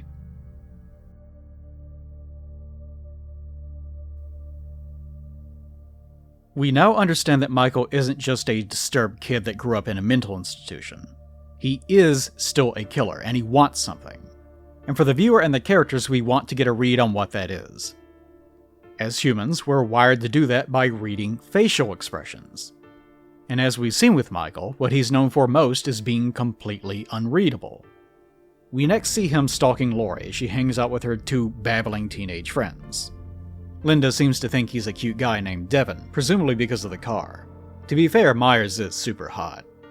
Laurie, of course, recognizes the car and the mask from school. At this point, Myers has stopped being a weirdo on Halloween and has been upgraded in Laurie's mind to a threat. Michael speeds up after staring directly at Laurie, which prompts Andy to call him a jerk for, I think, driving too fast on a small road. Speed kills! This causes Myers to slam on his brakes. He either heard her or it's magic or so on. Interestingly, he just sits there for a few moments before driving away at a much slower speed. Maybe he's being considerate. How nice of him. So again, there's many ways of reading this. The most basic might be that, like an animal hearing "go for a walk" or "chicken," the word "kills" causes Michael to either slip into a frenzy, a panic, or some kind of shock. this could also be entirely performative. In much the same way he's allowing Laurie to see him before scampering away once she looks away, this may be another attempt to do something that he knows will get in her head. If it is performative, this again shows that Myers is preoccupied with Laurie's state of mind. He doesn't want to kill her right now, he wants to be in her head. He wants to involve himself in the life of his target. If it's a reaction, then the reminder of a murder might trigger some intense sudden mental shift. He could be reliving trauma in that moment. He could be disassociating from himself, or reassociating himself with a darker or younger half of his psyche. He could be roused to needing to restrain a violent impulse. And if that's true, it shows that he can control himself, but that his impulses are almost overpowering. But again, we don't know, and that's what sells his behavior. It's also important to note that this is the first time he sees Laurie with her friends, and associates these two girls with his target. In what is effectively the same scene, Michael has pulled around ahead of them. He steps out from behind some bushes. Myers stares at Laurie as Annie is rummaging through her bag. He does this for only about 6 seconds before sliding behind the hedgerow, making sure to keep his eyes locked to her in the process. To Laurie, at this point, Myers could be a prankster. It's obvious he's trying to scare her, but this is also the kind of stupid thing kids might do to one another on Halloween. Annie, however, is not having it, and storms off after him after being told it was the guy in the car. When in the space of about 20 seconds, Myers is not only not behind the bush, he's completely vanished. I'll also point out that there's an older couple, Annie's neighbors, watching from their front porch, who stand to watch the girls walk away. They may have not even seen Michael, but they noticed something was wrong and are looking around but seeing nothing but the girls. So again, I'll acknowledge that Myers could be supernatural. That out of the way, it's funny that in the context of the scene, Michael would have needed to present himself, hide, then immediately jog or sprint away from the bush to avoid being seen. After all, we can clearly see down the entire length of the hedgerow and there's nowhere to hide. He ran. Not very elegant. So again, this seems to be a mind game for Michael. He wants to let Laurie know that he's watching her directly. Whether this is a need he has or it's a game to him, it's apparent that Michael internally has a tone and narrative that he's trying to instill in Laurie. I am watching you. You won't see me, unless I let you see me. He's trying to be spooky. It's also similar to the opening scene where he was watching his sister's behavior without her knowledge. Whether this is childish or deeply malevolent is up to your interpretation. But it's also clear that it's not important to Michael that the other two girls know they're being stalked. When he ambushed Laurie here, he was standing in the yard of Annie's next-door neighbor, which also obscured the vision of the older couple in the house next to him. Linda, the blonde friend, stepped away just 2 homes away from that, meaning she lives there. This is important in the sense that Laurie's 2 friends live effectively in the same location, fairly close to where Laurie lives. By stalking her here, he's also letting her know, I know where your friends live. Maybe even, they don't suspect me like you do. Only we know. By threatening her friends and avoiding being seen by them and her neighbors while he's stalking, you can interpret this as a form of intimacy between killer and target. And to that end, you might think that he's decided to project some sort of intimacy onto Laurie. It's something that he's decided, and we can't know why that is. Next is the Laurie Strode audition scene. This scene was chosen to highlight all of the important elements of Laurie's character. Her relationship with her friends, her distinctiveness from them, her relationship with Myers, and her mannerisms and general look as a character. So once Laurie gets up to her upstairs bedroom, she looks out the window, presumably because the pane is open. Either she leaves it open on a regular basis, to air out the girls' stink, or Myers has been up here, and left the window open specifically to let her know that he had been in her room. Because once she moves to look out of it, there he is, waiting for her, behind the air-dry laundry in the backyard of Mr. Riddle, her 87-year-old neighbor. Again, either he just circumstantially locked eyes with her, or he's planned for her to see him. In this case, his goal is possibly to verify that the narrative he's creating in her head is working. Note also he shot behind the laundry, not standing directly in the open. When we see Michael, we're usually still abiding by the rules of movie monsters. You shouldn't completely see them. There's something about the obfuscation and awkwardness of his positioning that is meant to show that something is not quite right, which I feel like is a very human social cue that we're wired to detect. Something I'd also like to point out is that the camera cuts to her and back, and Myers is now missing. In the context of the scene, Laurie never breaks her sightline with Michael, so from her perspective, he either blinked out of existence, or he just moved out of vision, probably into the bushes next to him in the same way he did near the hedges. For the audience, this is more supernatural looking than it is for Laurie. In a similar fashion, the first phone call from Annie has heavy breathing to imply it's Myers, but only for the audience. The audience probably doesn't even question how Myers could reach a phone so quickly. We know Myers does this breathing thing from a couple of brief moments, but Laurie has never heard Myers before. The heavy breathing would, for her, be assumed to be just what creeps used to do, in the era before caller ID and cell phones, but after the era of operators and call boards. So again, not only is Laurie the target of Myers, trying to craft a unique relationship, but the audience is too. The film goes out of its way to imply, for us, more supernatural elements than there really are. Meanwhile, Loomis is at a graveyard, being escorted by the groundskeeper to Judith's grave. This is a detail set up to let the audience know that Myers has stolen his sister's headstone. It's possible Myers ripped it right out of the ground from a laughably shallow hole, which is probably easier when it hasn't been set with cement, and we're probably not meant to question that. But this is another case of Loomis knowing, somehow, exactly what Myers is going to do or having a suspicion. To be fair, there's no ties for Myers in this town, besides the house and his sister's grave, because his parents just vanish off the face of the earth after the first scene. But it's interesting that Loomis shows up here first, rather than the house, as far as we know. And, again, Myers allegedly hasn't spoken a word since that night. So how does Loomis know anything? Physical cues during sessions? His own projection? We can't be sure. For the scene, the main point is to sow more confusion. What does Myers want with his sister's headstone? It could also be that a headstone was needed for later in the movie, and making it his sister's was an easy way to link Myers to the crime more easily in that scene. Note that he doesn't want anything to do with the coffin or the body, just the visible marker. Does Myers want to remove visible suggestions to the world that his sister is dead? Does he want the tombstone as some sort of token, a prize in the same way that serial killers often collect trophies of their victims? Or does he want to use it as some sort of prop for later? Is it out of love, control, hate, security? Serial killers are also known to return to the scene of their crimes or familiar places in an effort to feel more in control or to have a sense of comfort. This is also the only overtly sister-focused act in the whole film, prior to that focus in Halloween 2. We see the tombstone later, of course, but otherwise there's no mention of Judith.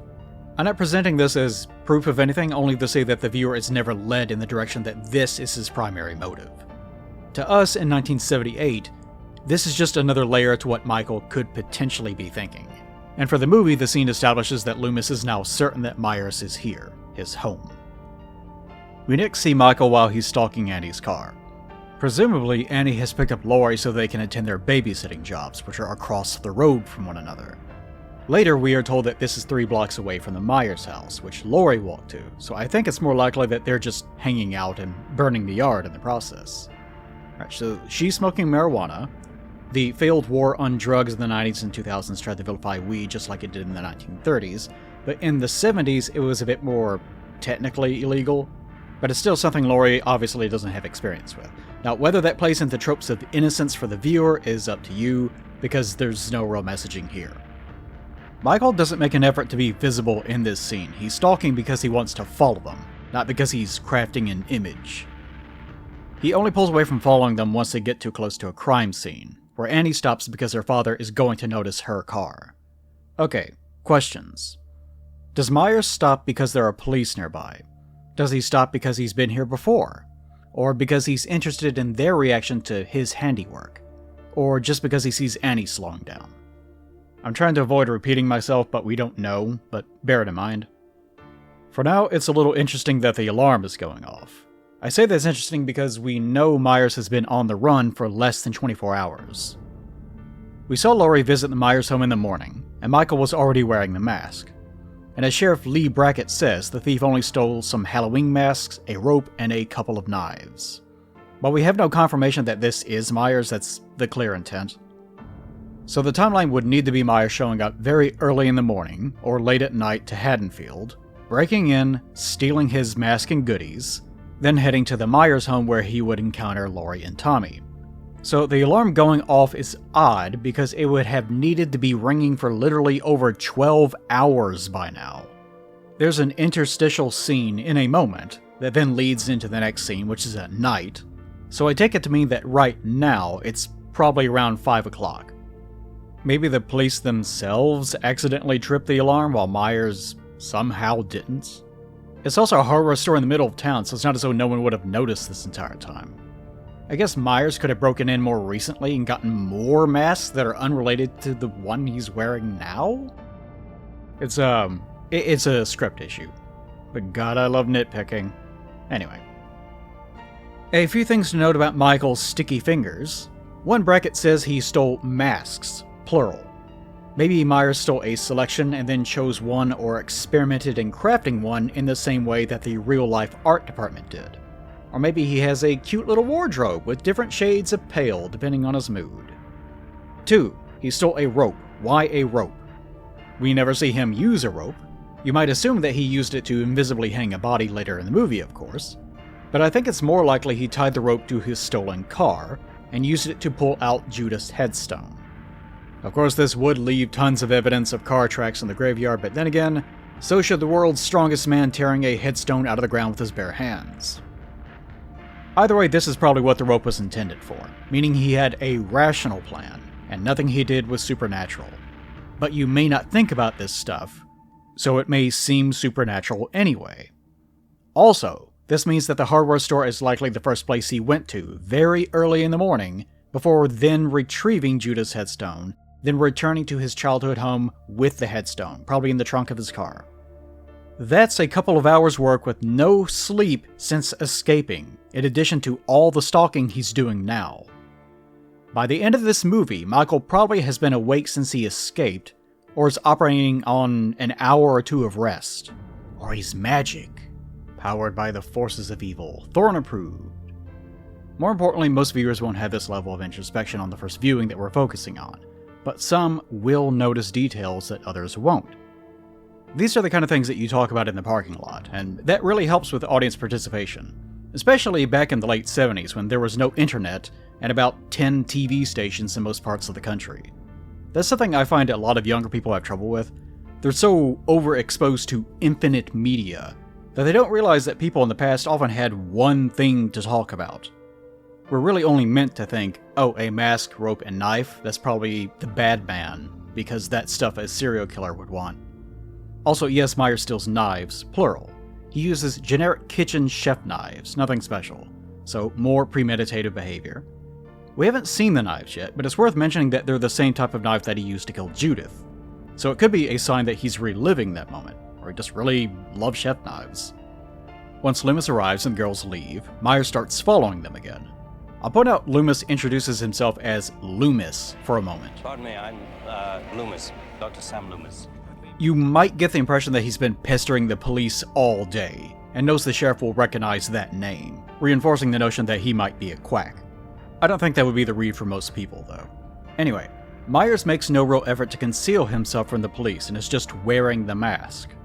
If someone was driving directly past a crime scene wearing the very mask we know had just been stolen, that would probably be a problem. You could say Myers altered the mask as it was in real life so it wouldn't be recognizable. This way, on Halloween, he could also avoid being identified as the escapee.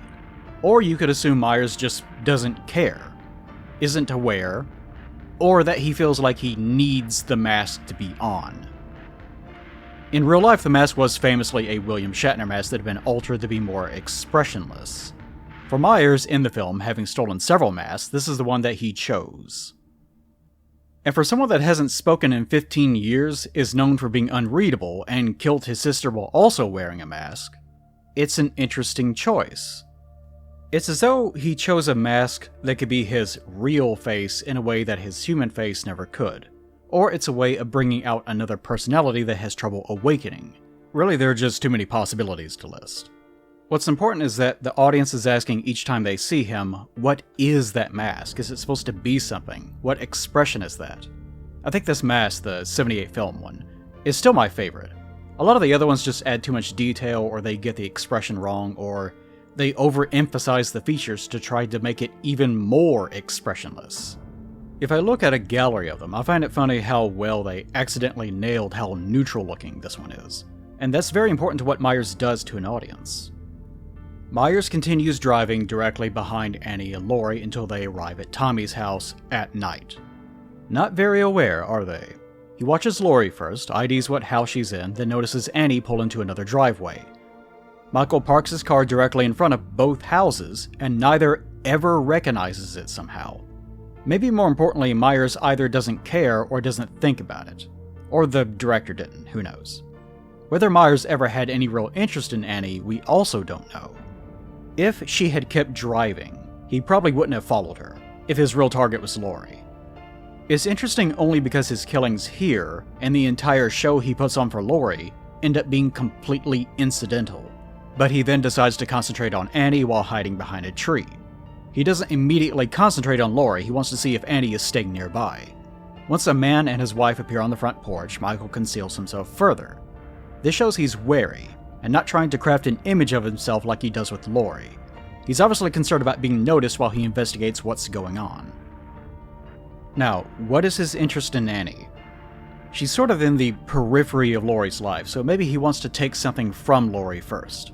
Or it could be that since he wants to stalk Laurie, he's concerned about her having friends in the area, so he first wants to prune them from the experience. It could also be that in the process of watching them this whole time, he decided he doesn't like Annie, or he does like Annie. Or that he simply wants Laurie to be alone and only have him. Or who he targets is not important, as long as it's a young girl. Again, we can't understand his motives, only list possibilities. Either way, his breathing picks up, which is, for the audience, our associative signal that he's getting riled up with the murder zoomies. Now, cutting away, when Loomis finally visits the Myers home, we get an entire scene that feels like it was 100% penned by Carpenter. I say that because, again, John was the one who was really preoccupied with the idea that Myers is a force, entirely evil, and also the one responsible for almost all of Loomis's dialogue. And this scene exists primarily to justify that idea, that Michael is just an abomination. We are thankfully not shown, but immediately, the sheriff spots something half-eaten on the ground near the entrance, where I babbled about the time of the clock at the beginning of the video. Good times. He first thinks it's a dog and identifies that it's still warm, so presumably Michael stopped by for a snack before he left to stalk Annie's car.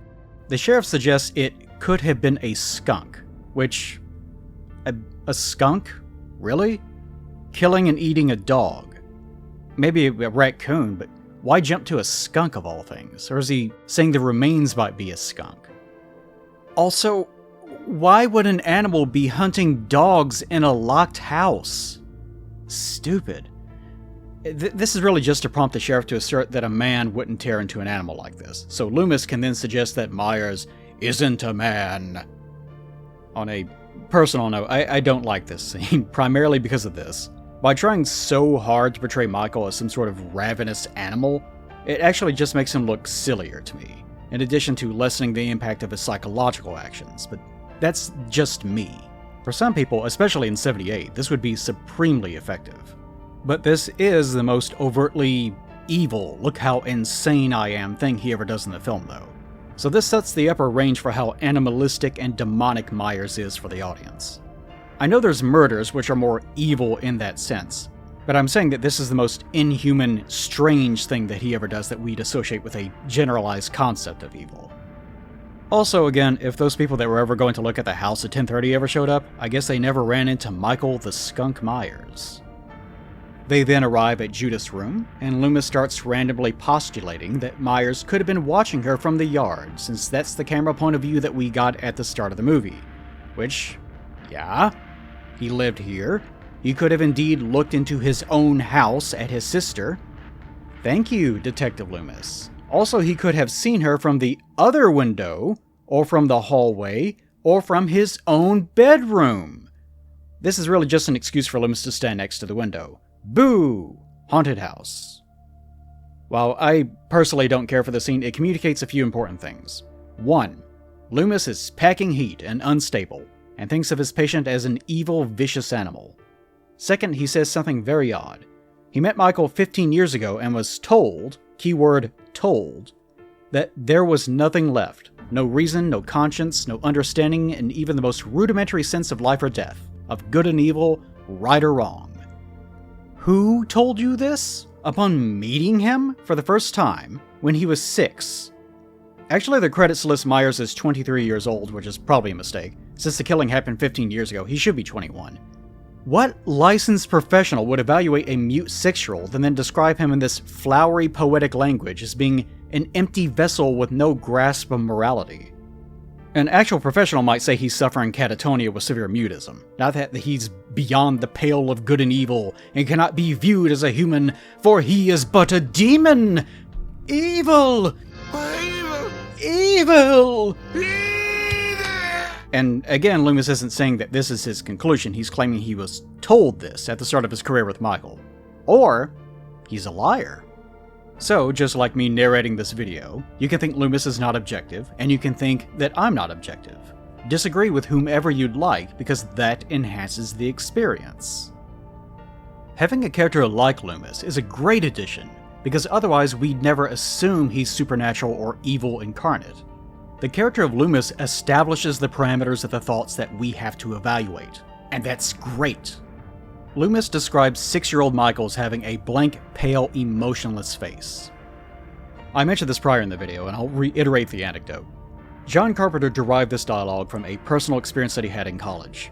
Carpenter visited a mental institution in Kentucky and saw a kid of 12 or 13 that had the look that inspired this dialogue. It was a schizophrenic stare, John says. A real evil stare that unsettled Carpenter because he was a stranger, and the 12-year-old was, in his words, completely insane. I do get the feeling that Carpenter just doesn't understand mental health issues very well. He was born in 1948, so maybe. Which, for the film, sort of helps it because Myers becomes so poorly defined. If the writer sees a 12-year-old child suffering from schizophrenic episodes for a few seconds, and decides they're irredeemably evil, then yeah, that's going to come through in the writing. But Loomis describes his eyes as the blackest eyes, the devil's eyes. So what does the audience take away 40 minutes in? Maybe Loomis is the only one who clearly understands that this is some sort of evil entity inhabiting the body of a child who is now a man. Or Loomis is a nut and likely is the cause of a lot of these problems, because he's been planting ideas in Myers' head for over a decade. Or the truth is somewhere in the middle, and Loomis has simply lost his objectivity in the face of a case he couldn't deal with. He claims to have spent 8 years trying to reach him, until Michael was 14, I suppose, and then another 7 trying to keep him locked up, because whatever was living behind Michael's eyes was evil. But the thing about a blank expression is that people will read whatever they want onto it. I grew up with resting bitch face myself, so everyone always assumed I was angry or violent, when really I was just a sad, neglected kid. The more I was mistreated by people that I felt should have been helping me, the angrier that little kid actually got. It's a self-fulfilling prophecy. Loomis is walking melodrama, so if you pair him with someone like Michael, who knows what you're gonna get. The script is very ardent in Myers' state of evil, though, so the audience is going to be very naturally inclined to paint that onto the canvas of Michael's white mask. We get a lot of that from Loomis, but Loomis in this very scene completely fails to read what Michael will do next. He wants to stay by the house, but Myers will never come back here.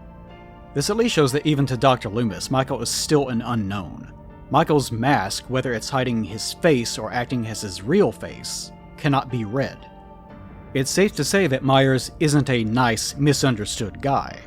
But is there something more to him behind that mask? Remember, part of defeating evil is understanding it. If we behave like Quantico investigators in the 1970s, is our own BSU division going to find an Edmund Kemper behind that mask, or a Ted Bundy? Is this someone that can be deactivated from their monomania? Or is Michael Myers so far beyond serial killers that he really is something supernatural?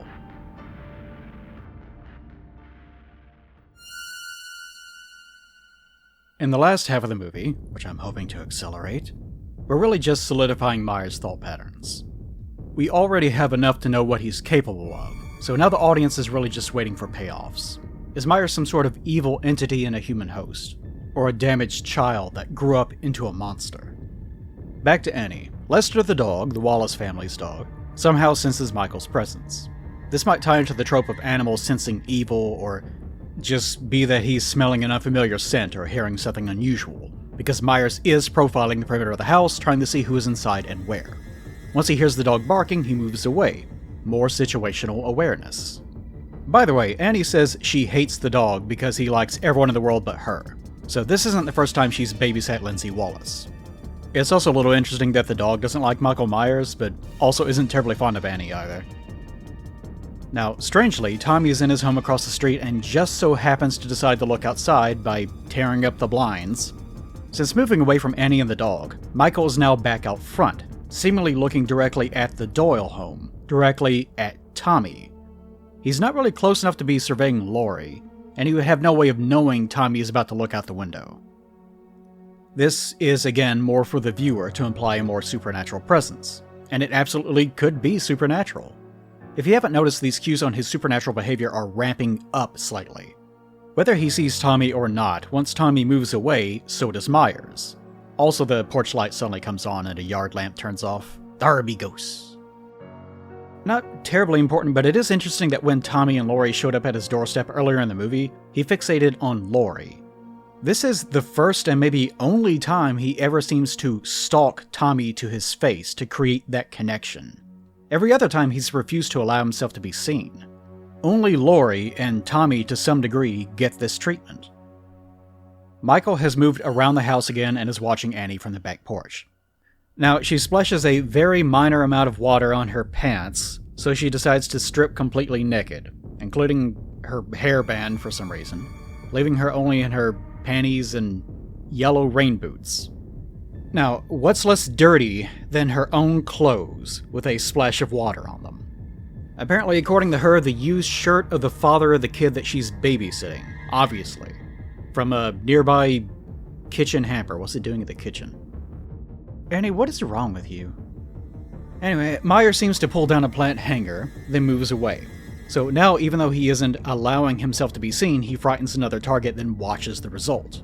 Again, we're creating more of a divide between what the audience will experience on a first viewing than what they might think about it later on. In the moment, it's, oh, he's gonna kill this girl too, is the only thing that you're really thinking about. But on a second viewing, you might wonder, why intentionally make noise? And that's good because there's a lot of answers to that question, but for later. Myers deals with poor Lester, who I'm guessing had access to a doggy door. By the way, in real life they just had the handler hold the dog up and filmed his legs in slow motion, if that makes you feel better about the fictional dog. Did Myers not want to miss the chance to kill anything that he could get his hands on? Or was he just concerned about being discovered? Again, up to the viewer. In our next Myers scene, Annie is using the laundry shed to wash water off of her jeans. Myers lightly closes the door, waits, and then slowly opens it back up while watching through the window. Again, no direct eye contact. He's only trying to craft paranoia.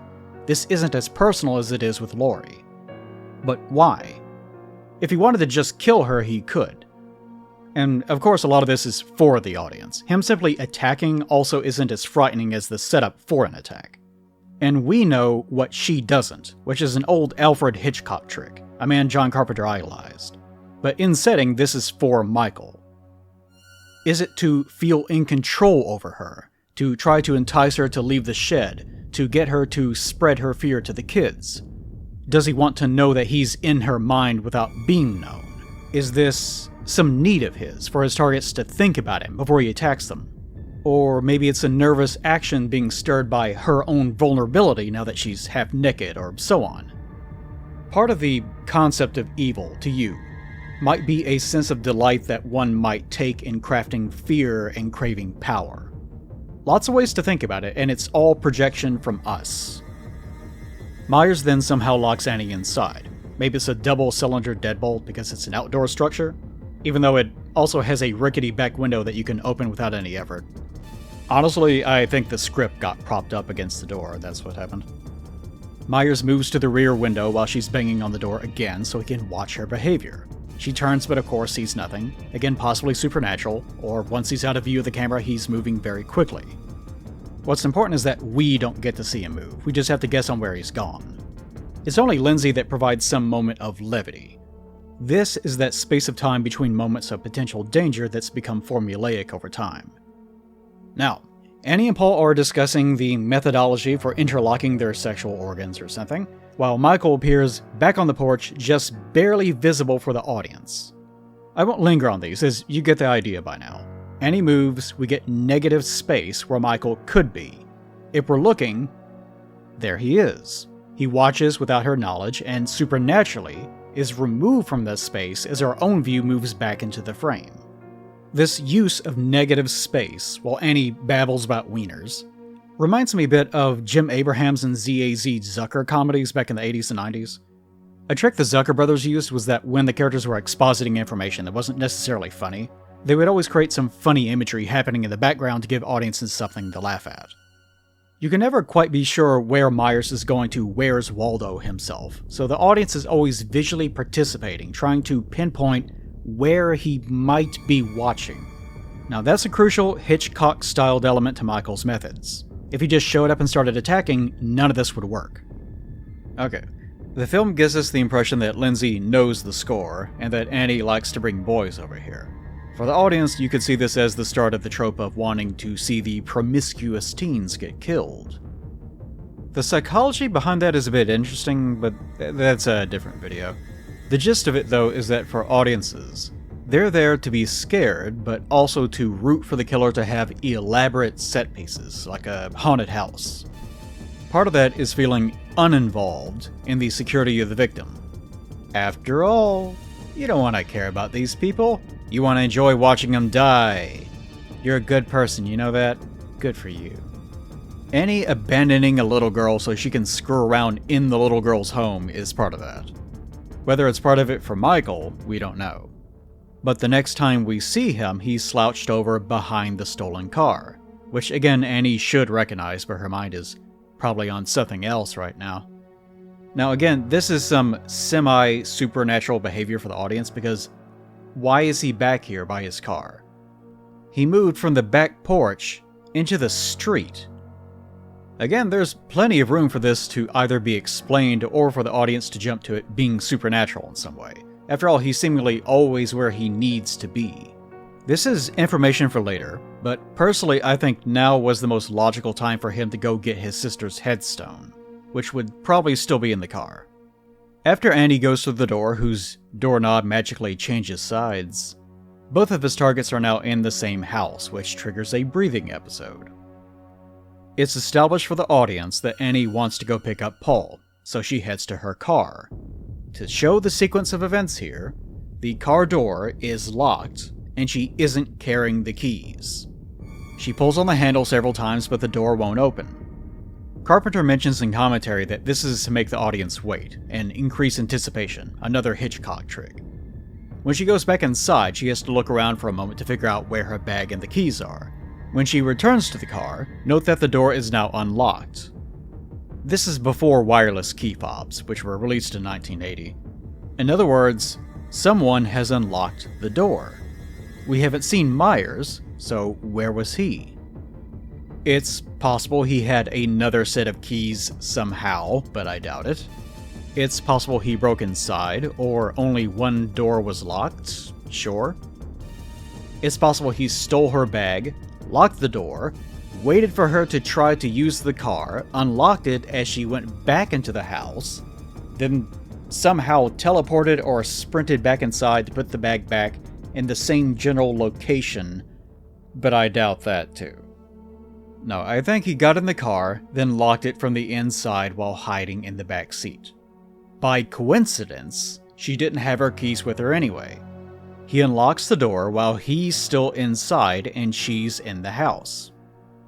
He may not even be sure that she's going to return, and maybe can't even risk leaving the car.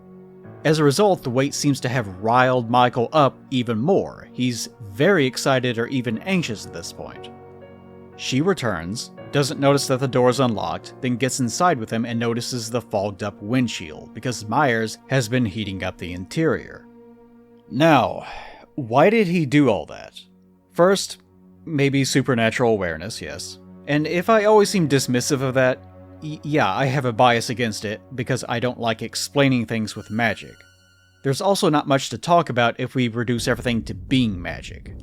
If he's teleporting into the car or physically knowing the location of the keys or something, then I can't describe or engage with any of its nuances. If it's not supernatural, there's something pretty interesting. Myers might be surprised that Annie forgot her keys. In the same way this moment is for audience anticipation. The sudden edging, you might call it, of Michael having to wait could be what got him so excited. Maybe even more than that. Notice he unlocks the car door before she can get back. Why? One of many possibilities I'll mention is this. She should absolutely realize something is wrong if she goes for that door and it opens. It was locked and she didn't unlock it. He's making a victim interact with an obstacle he's created. She has to mentally involve herself with him without realizing it. Michael gets to have that moment of uncertainty. Will she notice? When will she realize? What's the moment she'll know that I'm here? And from what we've seen of him so far, it seems like that's very important to him. The awareness of his victim, and how much he allows them to know about him. To Laurie, he's a stalker with a face. To Tommy, he's the distant shape of a boogeyman he doesn't know. To Annie, he's no one, although she had seen her killer without ever realizing it. And in all three cases, he intentionally created those relationships. Or maybe that's all my projection. Let's keep going. It's only once Annie fully realizes that something strange is happening with the door and car windows that Myers pounces on her. He doesn't immediately try to stab her either. He instead is plied to be choking her with one hand as his breathing picks up in intensity. It's almost as though he is looking for the physical tells that she's no longer fighting him. Maybe that she's accepting his control. We can't know what he's thinking, and it's possible that even for a moment the audience might think that Myers could do something with her besides kill her. There's enough of a space and time to start guessing on his motivations again. But once she loses the ability to fight back, but before she loses consciousness, Myers pulls out one of his knives, which he presumably is carrying in his jumpsuit, and quickly cuts her neck. Unlike his sister, whom he repeatedly stabbed in the chest and sides, this murder is instead very clean and precise, but still with a knife. And most importantly, it seems to have required a lot of mental setup for both Myers and his target, with the payoff requiring Annie to still be aware and accepting that she couldn't save herself. When she begins to go limp, he releases her, but keeps watching her body slump into the window as she dies. Her face is away from his perspective though, so he doesn't get to see her actual reaction. And of course, for the audience, we get to see her reaction, and her expression is more comical because for us, we're meant to be enjoying the experience as viewers of fiction, especially after spending so much time with an annoying teenage character. There's an interesting intermixing of viewer and killer at this point. More often we're getting to watch the targets with Myers, rather than watching him pursue them. And more importantly, we're getting reasons, in a sense, for why Myers should be targeting them. This isn't to rationalize the murders, but to treat them as entertainment, and to give us even more room to project our own rationalizations onto Michael's actions.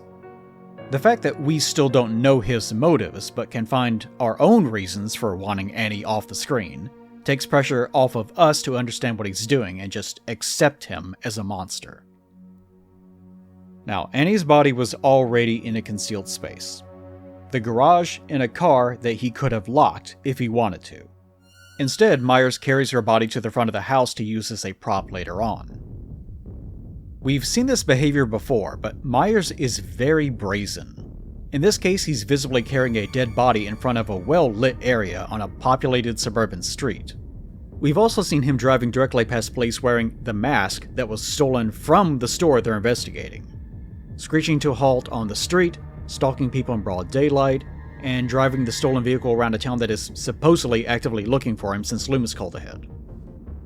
One aspect of Michael's personality is that he is aware of who can see him and when, and he is careful, but he's also incredibly bold.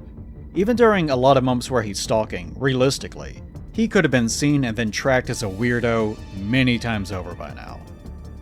It's also possible that he isn't planning for the distant future. He's leaving evidence of his actions everywhere, and relying a lot on it being Halloween for people to dismiss a lot of the things that he's getting away with. Imagine, for example, if he was walking and driving around town in this mask at any other time of the year. All it really takes is the police wanting to ask one question, and then the movie would completely fall apart.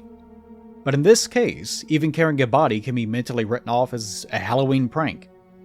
Especially since Tommy can't share details besides claiming he saw the boogeyman. With Michael being mute, it makes it very hard for him to deceive anyone that's curious about his behavior. An ordinary person could get around that disability in some way, but I think it's clear that Myers would make no effort at all. Either he enjoys his persona too much, or is incapable of changing it. A lot of this is the script. So far, Michael hasn't had any physical interactions with any character he wasn't killing besides a single little boy, and his stalking behavior to some degree. In this way, the story is protecting him from consequences. Again, if anyone had noticed this stolen car driving around town, and certainly who was driving it, the movie has to turn into a Bloodstorm or Thelma and Louise. But equally, the story is doing this, along with gaslighting the characters, to create anxiety with the audience, since the solution is just out of reach. Anyway, clearly Myers isn't concerned about being seen. His Halloween mask is doing a lot of heavy lifting. In this case, there's no reason why he shouldn't use the back door, or turn the exterior lighting off or something.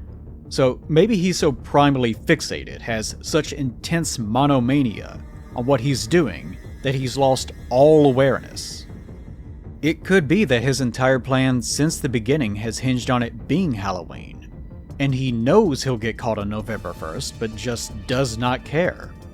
Maybe he knew he can't conceal his face, which he is aware unsettles people, and this is the one time of year he can wear a mask to negate that problem. Maybe it's something about Halloween itself. Regardless, we've seen his excitement, and now we've finally seen him kill a person on screen. Whereas before you might be able to write off Loomis, or the dead mechanic, now we've gotten to experience the way he behaves as he kills.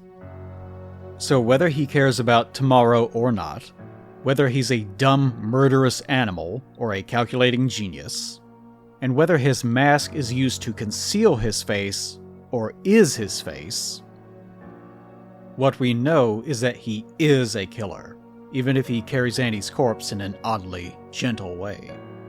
Whatever his goal, this is his night, and it seems like Halloween is his only reason for doing anything.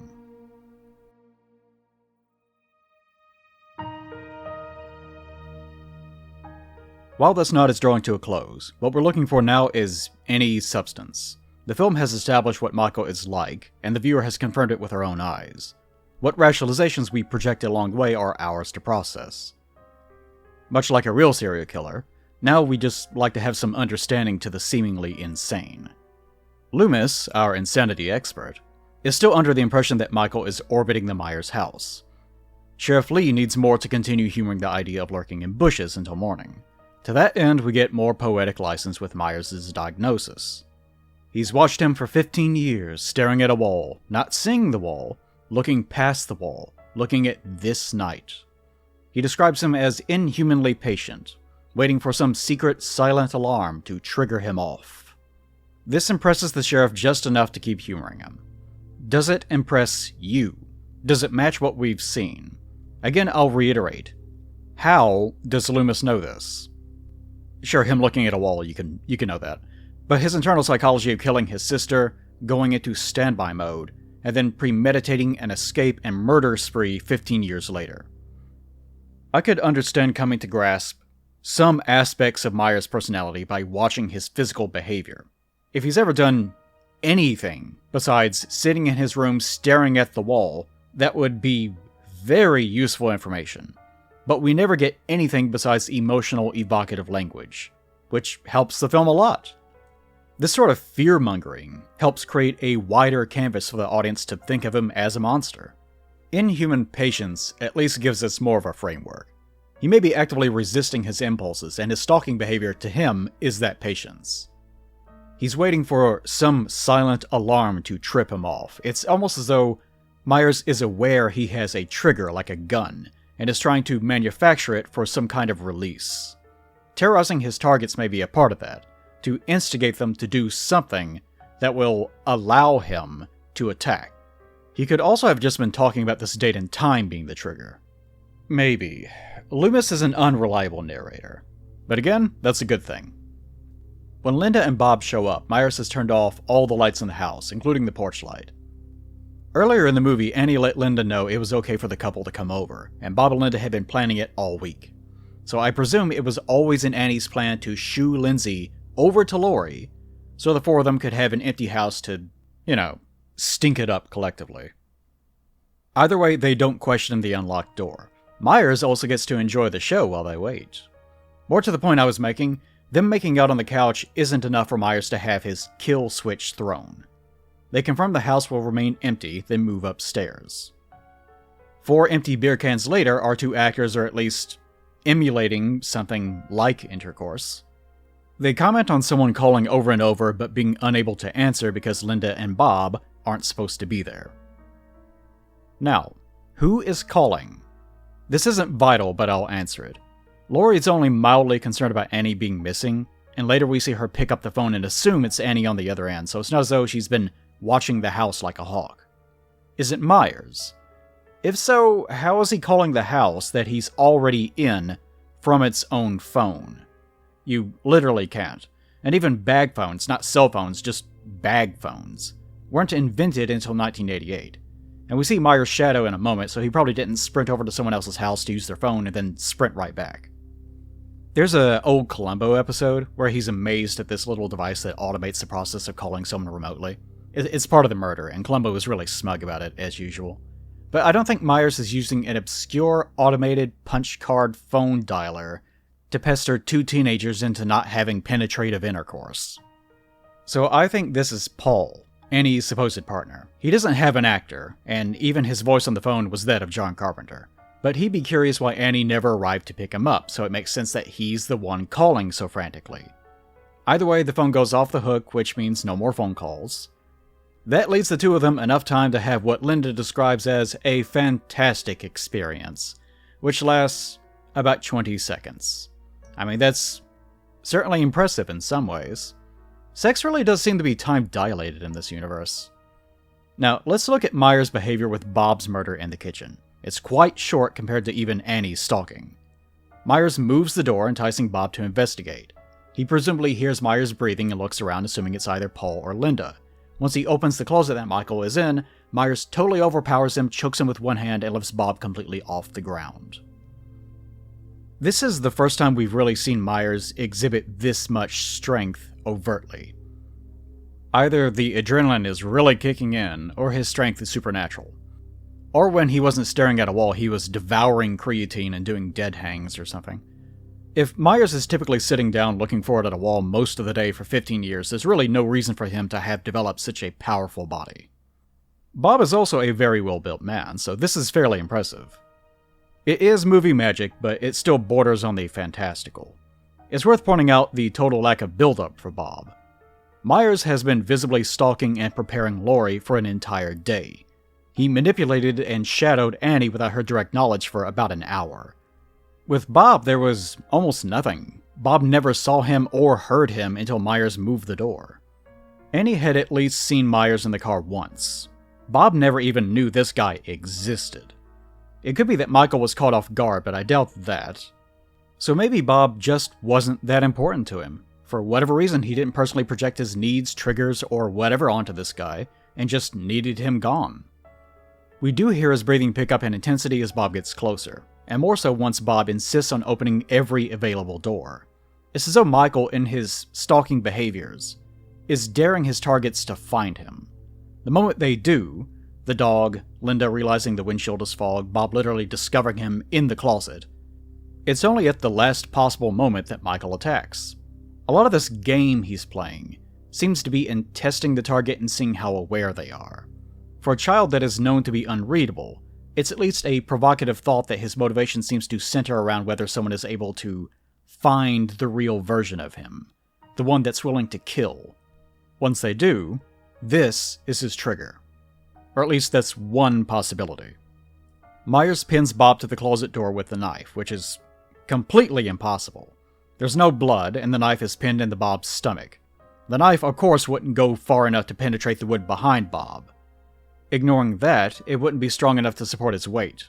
Bob also doesn't limp forward after he dies, but stays completely erect against the wood's plane, as though he were glued to its surface. Again, movie magic. It's just unreal enough, whether or not it's a mistake or not, that a viewer will either not notice it and accept it as reality, or find it slightly unreal. Myers then admires Bob, craning his neck back and forth. Carpenter prompted Nick to do this on direction, and describes it as someone looking at a butterfly collection, with Bob as the butterfly and the knife as the pin. It's an interesting way of viewing it because it reframes Myers as a viewer rather than a killer. In some way he's fascinated, or admiring something as beautiful, or even disgusting, I suppose. Does this elevate Michael into being more human in the viewer's eyes, or more inhuman? If he's capable of appreciating beauty, no matter how deviant, does that make him more relatable in some bizarre way? You could even read his reaction as being childlike, as he wonders at the form of the corpse pinned to a surface. He may even be formulating an idea for later when he organizes the bodies. He might just be examining Bob's glasses, since he shows up with them on in a moment. Since he spent so little time with Bob, he may also just be getting his first real glimpse at his face, and is absorbing that memory. This is also the first person that he kills besides the off-screen mechanic that isn't a young girl. He does seem to spend more time with the girls, trying to craft the kind of experience that he wants. More to the point, what is he thinking? That's what the audience is wondering, and that forces participation. If he had just killed this guy and walked away, or pulled out the knife and kept stabbing the body, or chopped him up and baked a pie out of him or something, whatever, then that alters the context. This more intimate action of seeing Michael vulnerable, wondering, is creepier than something more inherently violent, because we're forced to empathize, to attempt some level of understanding on what he could possibly want from this murder. Now, for my favorite scene. For some people, this may be their most hated scene. There's a great reason for that, but let's get into it. Myers appears wearing a bedsheet ghost outfit, with Bob's glasses over the sheet.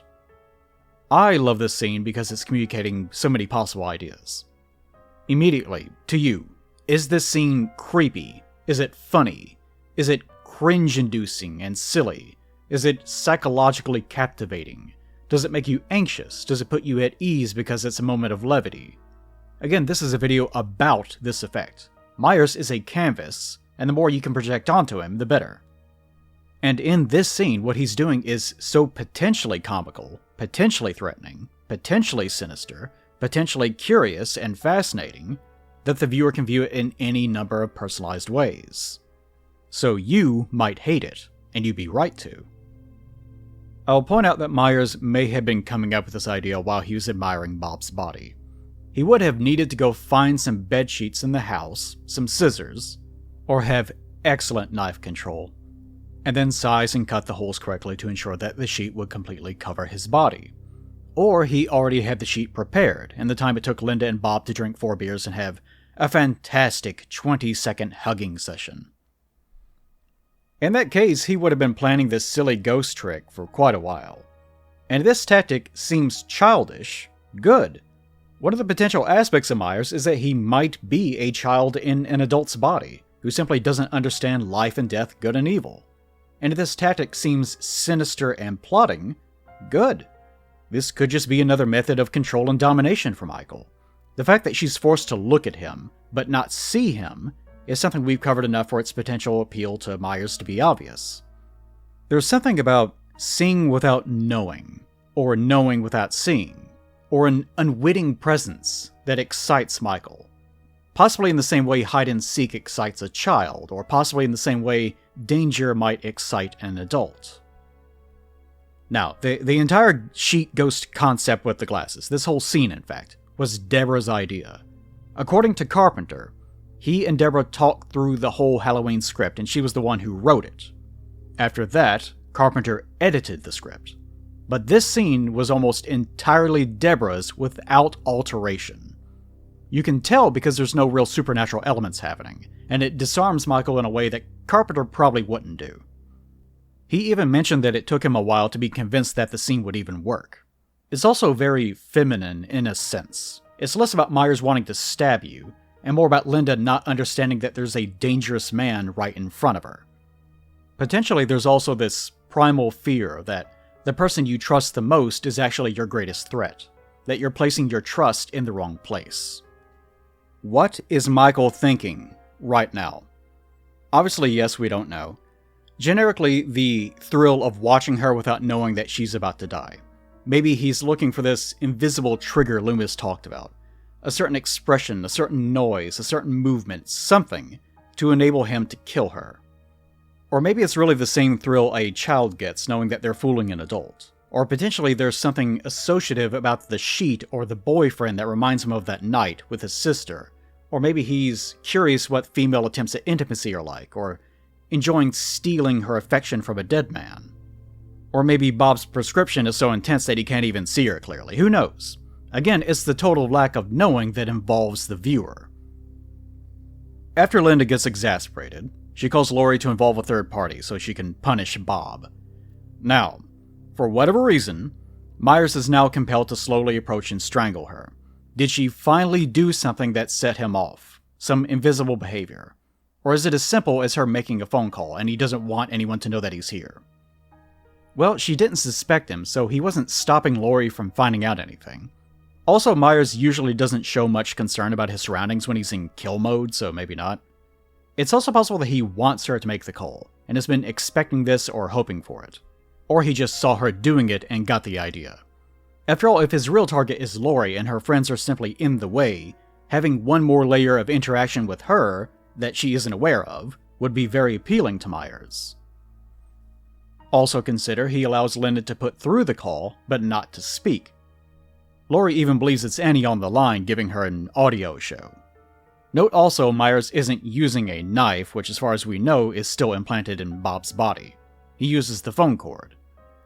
Either because it's available or because of some sense of irony on Michael's part, being killed by her own means of escape which she isn't even aware of. Or maybe the act of killing using the very bait that he's going to use to attract Laurie. Whether Laurie can hear the labored breathing of Michael in the background, we don't know. The audience understands this association, but remember, she's never heard it before. And the last time she even saw Myers was by Mr. Riddle's laundry. Once she comments that she'll kill Annie, Myers picks up the phone. Perhaps, again, being enticed by the word kill, as he may have been earlier on in the speed kill scene. I'll note that despite being so physically active in nearly killing someone, his breathing is now under control. Maybe he's reining it in so he can hear Laurie, but he's never shown to be at a physical limit, so his breathing may also be purely associated with his excitement, not exertion. Laurie, his primary target, investigates the house from across the street. The lights blink on and then off, but in the downstairs area. I will delete a paragraph here explaining the interior not matching the exterior filming, but suffice it to say him doing this so quickly is pretty weird. Also, why is he doing it? To attract Laurie? How would he know she'd be looking at that exact moment? Maybe he needed the lights for like a split second, maybe he dropped his car keys, or one of his knives, or his pocket spaghetti, or pocket skunk. Again, it's really just part of the script to get Laurie more enticed to go investigate, but in context, it's a bit supernatural, and also is more evidence of manipulation. Presumably, Myers now starts to set up his corpsey art collage. For a normal person, this would take all night, especially lugging those bodies and the headstone up to the bedroom. Where was that headstone all this time, by the way? It would absolutely have to be in his car. I mentioned this before, but he may have already retrieved it back when he was at his car for seemingly no reason, when Annie crossed the street with Lindsay. That would mean his art project was something he's been plotting for a while. He knew what he wanted to do before he even got to Annie, but before Bob and Linda showed up. Now, Loomis spots Michael Myers' vehicle from the Myers home.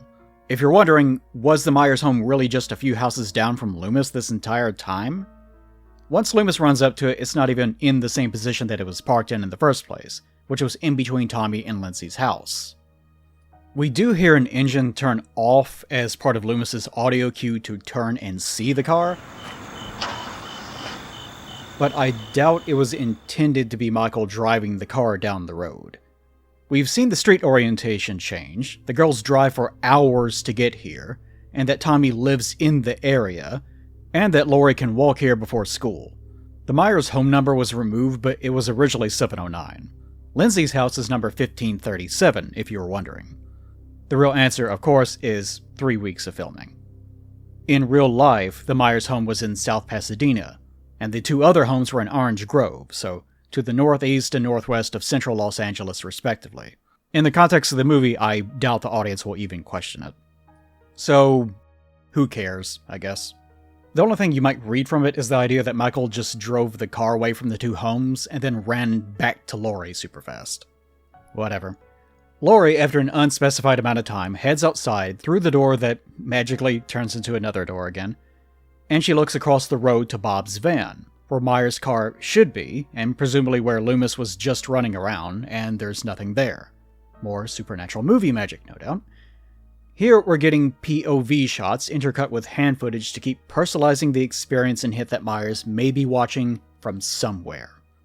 Nothing happens, but the possibility that something could happen is more important, as we keep darting our eyes around the screen as the scenes continue to change, after a full minute and a half of Laurie moving from one house to the other. This sort of shooting gives Myers more supernatural power than he would have otherwise. I could comment a lot on her specific motions, but let's move this along. Alright, at the back door, Bob's corpse is missing, along with any blood and maybe even the broken flower pot. There should be a hole in the nearby panel door, although Laurie never looks in that direction. Myers is clearly putting his supernatural powers of cleanliness to good use. There's very little blood in Halloween, despite being a supposed slasher film. There's actually more nipples in this movie than visible injuries. Though, to be fair, those come in pairs, like socks. It's easy to have more socks than stabbing attempts. In life.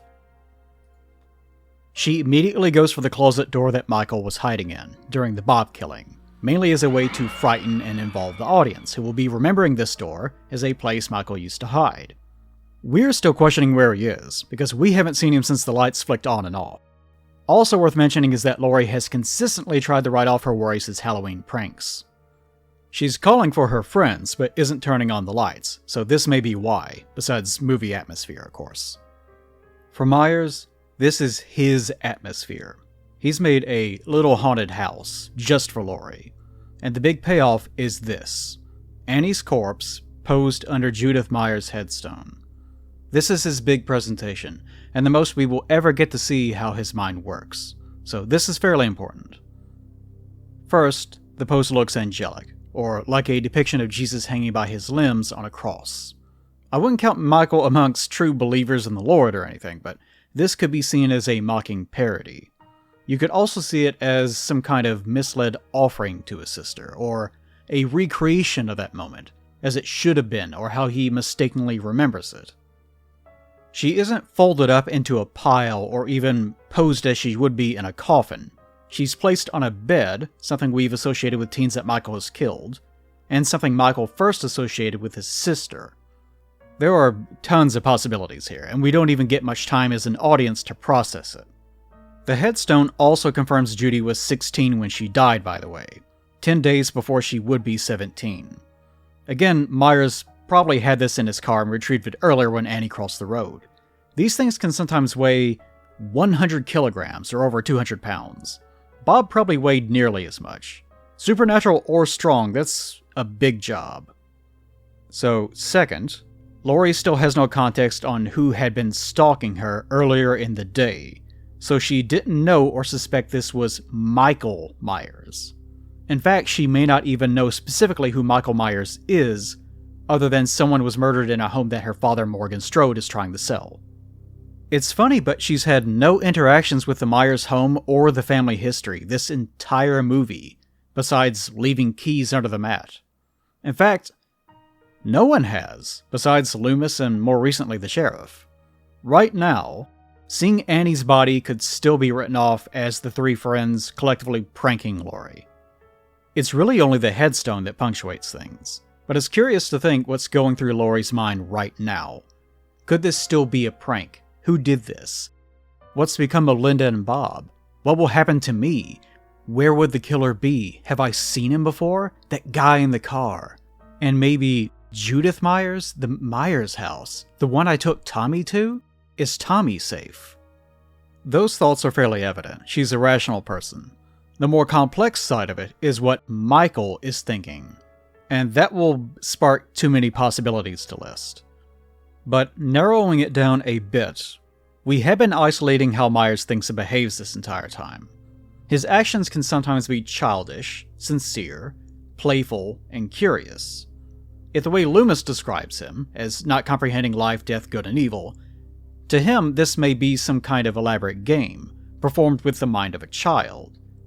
But we've also established that he seems inordinately preoccupied with the relationship between seeing and understanding, sensing someone without being aware of them, or knowing someone is near but having no idea where, or seeing someone but not understanding their identity or intent.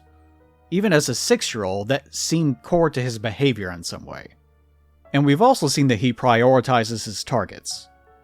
He's shown basically no interest in Tommy outside of that first tracking scene at the school, where he showed no overt hostility to the one child that ran into his grip besides his accelerated breathing.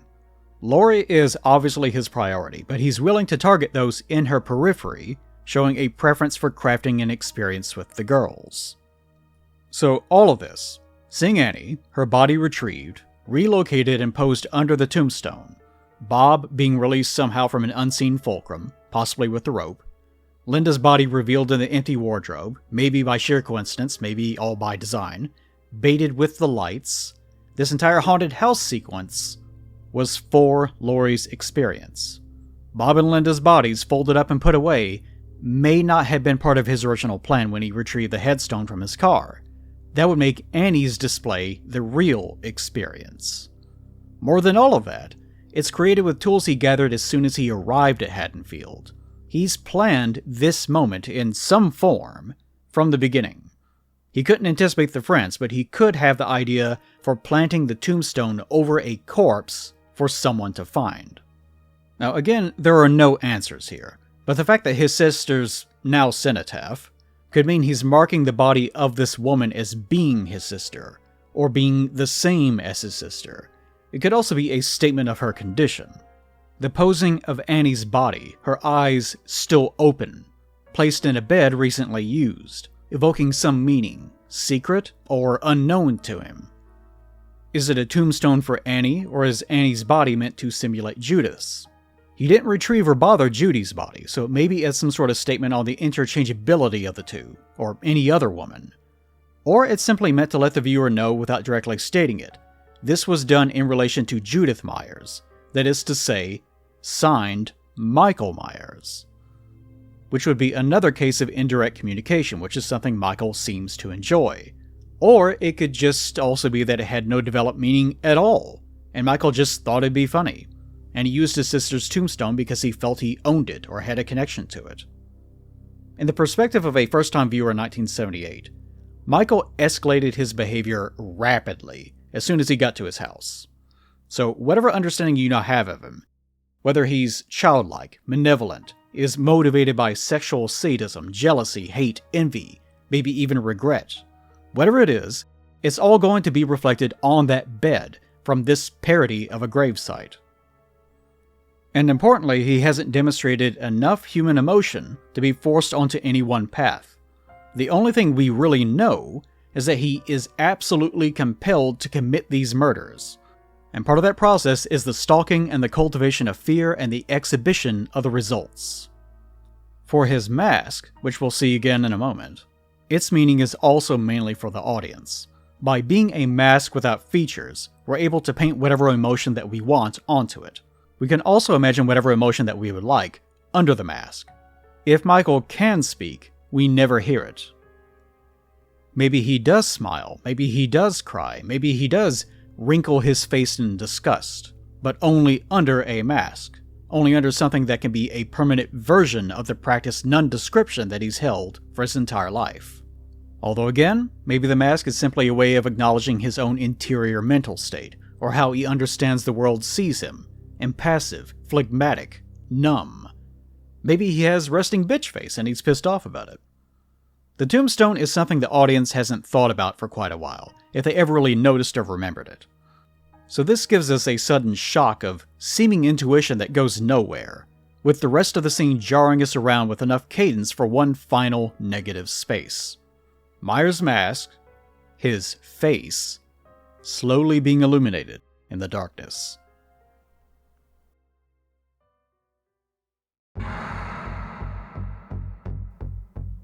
Now we're fully at the finale. The actual confrontation with Laurie after a full day of Myers gassing her up for whatever his reasons. We're still on our hunt for substance below the mask. And our audience at this point is still completely in the dark about why Myers is motivated to do any of this, beyond being evil. We've seen very consistently with each scene that a lot of the character's success has stemmed from Myers' motivation being conflated with unusual patient behavior. Maybe more than that. There's a lot of emphasis placed on establishing how much Myers allows people to know about him and how he can control them. He now has prepared Laurie. What does he do? He attacks from behind without the intent to kill. He intentionally grazes her arm, then shows himself to her. The audience may just register this as a miss, but it looks intentional. Maybe this is what he wanted, for Laurie to suddenly realize who he is without saying a word. Regardless, he's still manipulating her. The front door is locked, he's somehow gotten behind her and placed a rake over the back door, then gotten back inside the house and up the stairs. She's trapped, so he's taking his time. With perhaps supernatural strength, he punches his way through a door. He really only begins to rush once she's out of his field of view. Even once she breaks the candy glass, Myers doesn't speed up much, and seemingly allows her to run. If you doubt that, she is able to open the door, get ahead of him after he was a few steps behind, scream for help at the next door neighbors, who ignore her, probably assuming this is a prank or she's a crazy person, and then race across the street to where Tommy and Lindsay are. After all this time, where is Myers? He's casually walking around. This is the scene where Nick Castle questioned Carpenter on how he should be walking, as he pursued her across the street. Surely, he should pick up the pace, or show more interest, or exude more evil. No, Carpenter told him, just walk like he always does. And that's exactly what the audience sees, Myers casually crossing the road with barely a single concern about either being caught by neighbors or outpaced by his prey. This is all in character, all part of the experience. Myers is never discomposed, he is always in control, but always unreadable. Maybe an evil demon man, maybe a mere clinically insane murderer. But even now, he's supernaturally prepared. Once Laurie gets inside to use the phone, he somehow cut the phone lines, in addition to opening a window that will let him have access to this house. Since we can see the lamp go out without anyone touching it, it looks like Myers leaned in and cut the line and the light cord at this moment. How he got the window open prior to this, we don't know, but it's also how he gets inside. Regardless, it means that he had access to Tommy and Laurie this entire night. Again, reinforcing that Myers could have gotten to her whenever he wanted. This was all for show. The other murders, Laurie's curiosity, and even her running back to this exact phone, it's all a plot to create the experience that Michael wanted. Again, impressive for a 6-year-old. Laurie gets the knitting needle and manages to react and dodge Myers' next attack, which seems to be aimed at her other arm. Again, he's not going for killing strikes, from what it seems. Myers doesn't scream in pain, but he does stand up and remove the needle. Presumably the sudden change in blood pressure, or maybe even his reaction to pain, makes him pass out.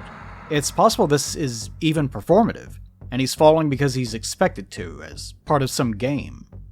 It's worth noting that he's probably never been stabbed before. Wow, is this what I've been doing to people? In fact, it's possible he's never felt real pain. Hell, he could have congenital insensitivity to pain, and we wouldn't know it. Now, famously, Laurie grabs the knife out of the couch and develops a nasty habit of throwing it on the ground because, ew, murder's uncool. This is obviously to allow the knife to narratively get back into his hands in a moment.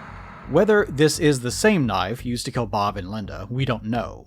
If so, it's been lovingly cleaned. We can see Myers is still breathing, although I guess we're not supposed to since Laurie is assuming he's dead.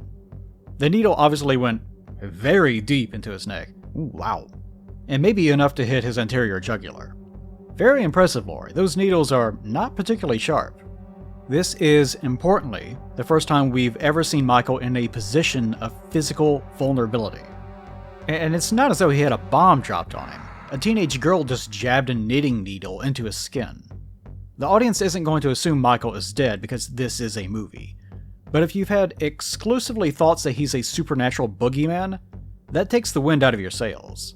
And after all the crazy feats he's been pulling off, that's pretty important. It grounds him again, repersonalizing the experience. Otherwise, he's just an unstoppable force with no human element at all.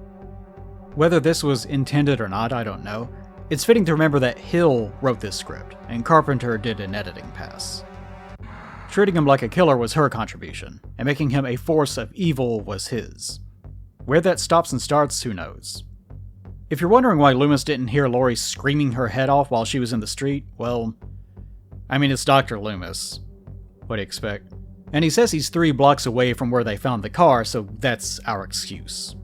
Or maybe he was busy toilet papering the local houses. Note that when Myers comes up the stairs, he doesn't chase the kids. And damn, you kids are blind. You could see the stairs and everything. He doesn't seem to care about them at all, as far as we can tell. In fact, he kind of just stands there, knife raised, waiting on Laurie to take her turn, I suppose. So you can again read this as a game, or a need, or Myers being discomposed finally. Importantly, it's not normal human behavior. An actual killer would probably be on top of them already. Laurie opens the top floor balcony, seemingly trying to trick Michael into thinking that she escaped. I think anyway. He doesn't see her do this, but he was certainly close enough to catch her at any point. If he wasn't still standing in the hallway anyways. He also heard her tell the kids to lock the door to what I assume is an adjoining bathroom or bedroom, so he knows where they are too. But as soon as Michael enters the room, he almost robotically veers right to the closet. Again, he knows exactly where she is. Narratively, we just undercut him, so we're again re-establishing the supernatural, that he's implacable and unstoppable. We've already seen his strength, but Myers fidgets with the door. Again, maybe to terrorize her, or he's been weakened, or the scene just didn't call for it, etc. and so on. His breathing picks up, and his physical actions gradually become more frantic. But technically, we still don't know if he's trying to kill her. He's only tried to attack her twice, and both times he's going after her arms, arguably. I would assume almost anyone watching would assume, even during the needle scene, that he was trying to kill her, though. Laurie certainly does. Even after being gouged in the eye with a hanger, still no noise besides his breathing. And even after being stabbed in the stomach, no scream of pain, just silence. I'd like to point out that even now, when Myers is laid out, he's laid himself out, almost comically flat and upright. He didn't realistically slump against the wall or fall onto the bed. He's made himself into a physical obstacle, covering the entire floor that Laurie is forced to step over. You could even view this as intentional, and suspect that the moment that she tries to leave, he's gonna grab her. Also, the audience can write off his injuries as all being non-lethal. A knife that maybe didn't hit any organs, a hanger in the eye, and a needle and potentially only muscle tissue. Either way, ew, knife. Here you go, Myers. For the first time in a while, we go back to our negative space trick. Myers sits up, again almost robotically, turning his head as though nothing has happened to him. But as he approaches, he's almost wobbling. This is good direction because he still looks unnatural. Is he injured, being puppeted, in a fugue state, or just a monster? Finally, Michael watches her from behind, his breathing picks up, but Laurie doesn't seem to notice. Something important I'd like to point out here is that Myers, unlike every other time he's attacked, doesn't wait for Laurie to understand that he's there. He immediately lunges for her and seems to go for her neck. I mention this because we've already established that in every other case he's waited for them to suddenly realize that he's within killing distance. It could just be that for him the attack has already started, so her awareness is no longer important. But we've also seen him maintaining composure even while chasing her, and that composure seems to have broken down in a very human way. that finally pays off completely with arguably the most important moment of the entire movie. Myers' mask finally comes off. Or you might say, his face is removed. After all, once Laurie removes it, he completely stops the attack. For a normal killer, who cares? Even if you're concerned about your identity, she's about to die anyway. But for Myers, he can't continue until he gets the mask back on. Why? Obviously it's important to him. Maybe he's not himself without it, or he views himself as being controlled by it. Or he can't kill while exposing his human face. It doesn't actually matter beyond knowing that this is vital to him. The most important element of this is Michael Myers' adult human face. This isn't Nick Castle. It's Tony Moran, who was hired specifically only for this shot. He was brought on because Carpenter wanted someone who had an angelic look, as he says. In commentary, he also seemed to regret that people saw in his face something worse than was there. What Carpenter is referring to, I think, is Michael's eye injury from the hanger. It doesn't register in the moment, and the audience misinterprets it on first viewing as his face being disfigured and monstrous. To the point, Michael isn't supposed to be revealed to be a monster. He's not supposed to look like a serial killer either. What does he look like? Kind of nondescript, really. In fact, from his expression, he looks very similar to that little boy at the start of the movie. It's almost an expression of confusion, panic, or need. He looks closer to someone who's late running an errand than a crazed maniac who's lusting to kill someone. But that's part of why Michael Myers works for the audience. Hiring someone with an angelic look to him juxtapositions his actions and his reality. The mask has concealed his expressions this entire time, so we've been projecting whatever emotional state that we would like onto him. Seeing that Myers has this look that's closer to that of a frightened child disarms him immediately, and is very confusing when you first notice it. If you re-watch the movie, picturing this face under the mask, it recontextualizes everything. But that's also part of Michael's character. Even with his first murder, he was unassuming. How could a child do this? When we look at him now, we ask the same thing. How could such a gentle-looking guy do this? And Loomis has always been adamant that something evil is living behind his eyes, and that his mute staring has always been the quiet patience of pure evil. Maybe for Carpenter, this is what true evil looked like. Something that wears the exterior of innocence, like a mask. Loomis takes aim and fittingly does not fire until Michael gets the mask back on. Even once he does, Myers is still standing, mask back on, breathing heavily, waiting, staring. Whether he's recovering from being shot, trying to put on a facade of control, or is re-manifesting whatever evil is behind the mask, we can't know. Loomis doesn't ask for a surrender and doesn't even try to communicate with him. We already established that he gave up on Michael a long time ago. He just empties all 6 shots from his revolver into Myers' body. We, the audience, get to see the body, although neither Loomis nor Laurie ever do. Both assert that this was the boogeyman. And Michael vanishes from the movie. Pleasance wanted to know how he should perform this scene, and initially Carpenter didn't know, so he asked for 2 methods. One, reacting in shock and fear, and the other, accepting that this was inevitable. And of course, in the final cut, Loomis is not surprised at all that Michael has escaped. Our final shots are of all the places Michael has been or could be, as his breathing continues, letting us know that whatever he is, he's still out there and could be anywhere. Even after this final moment of supposed humanity, where we completely disarm the villain's power, there's still an established mood of the supernatural. Even after the mask came off, we can't be sure that what we were looking at wasn't another mask.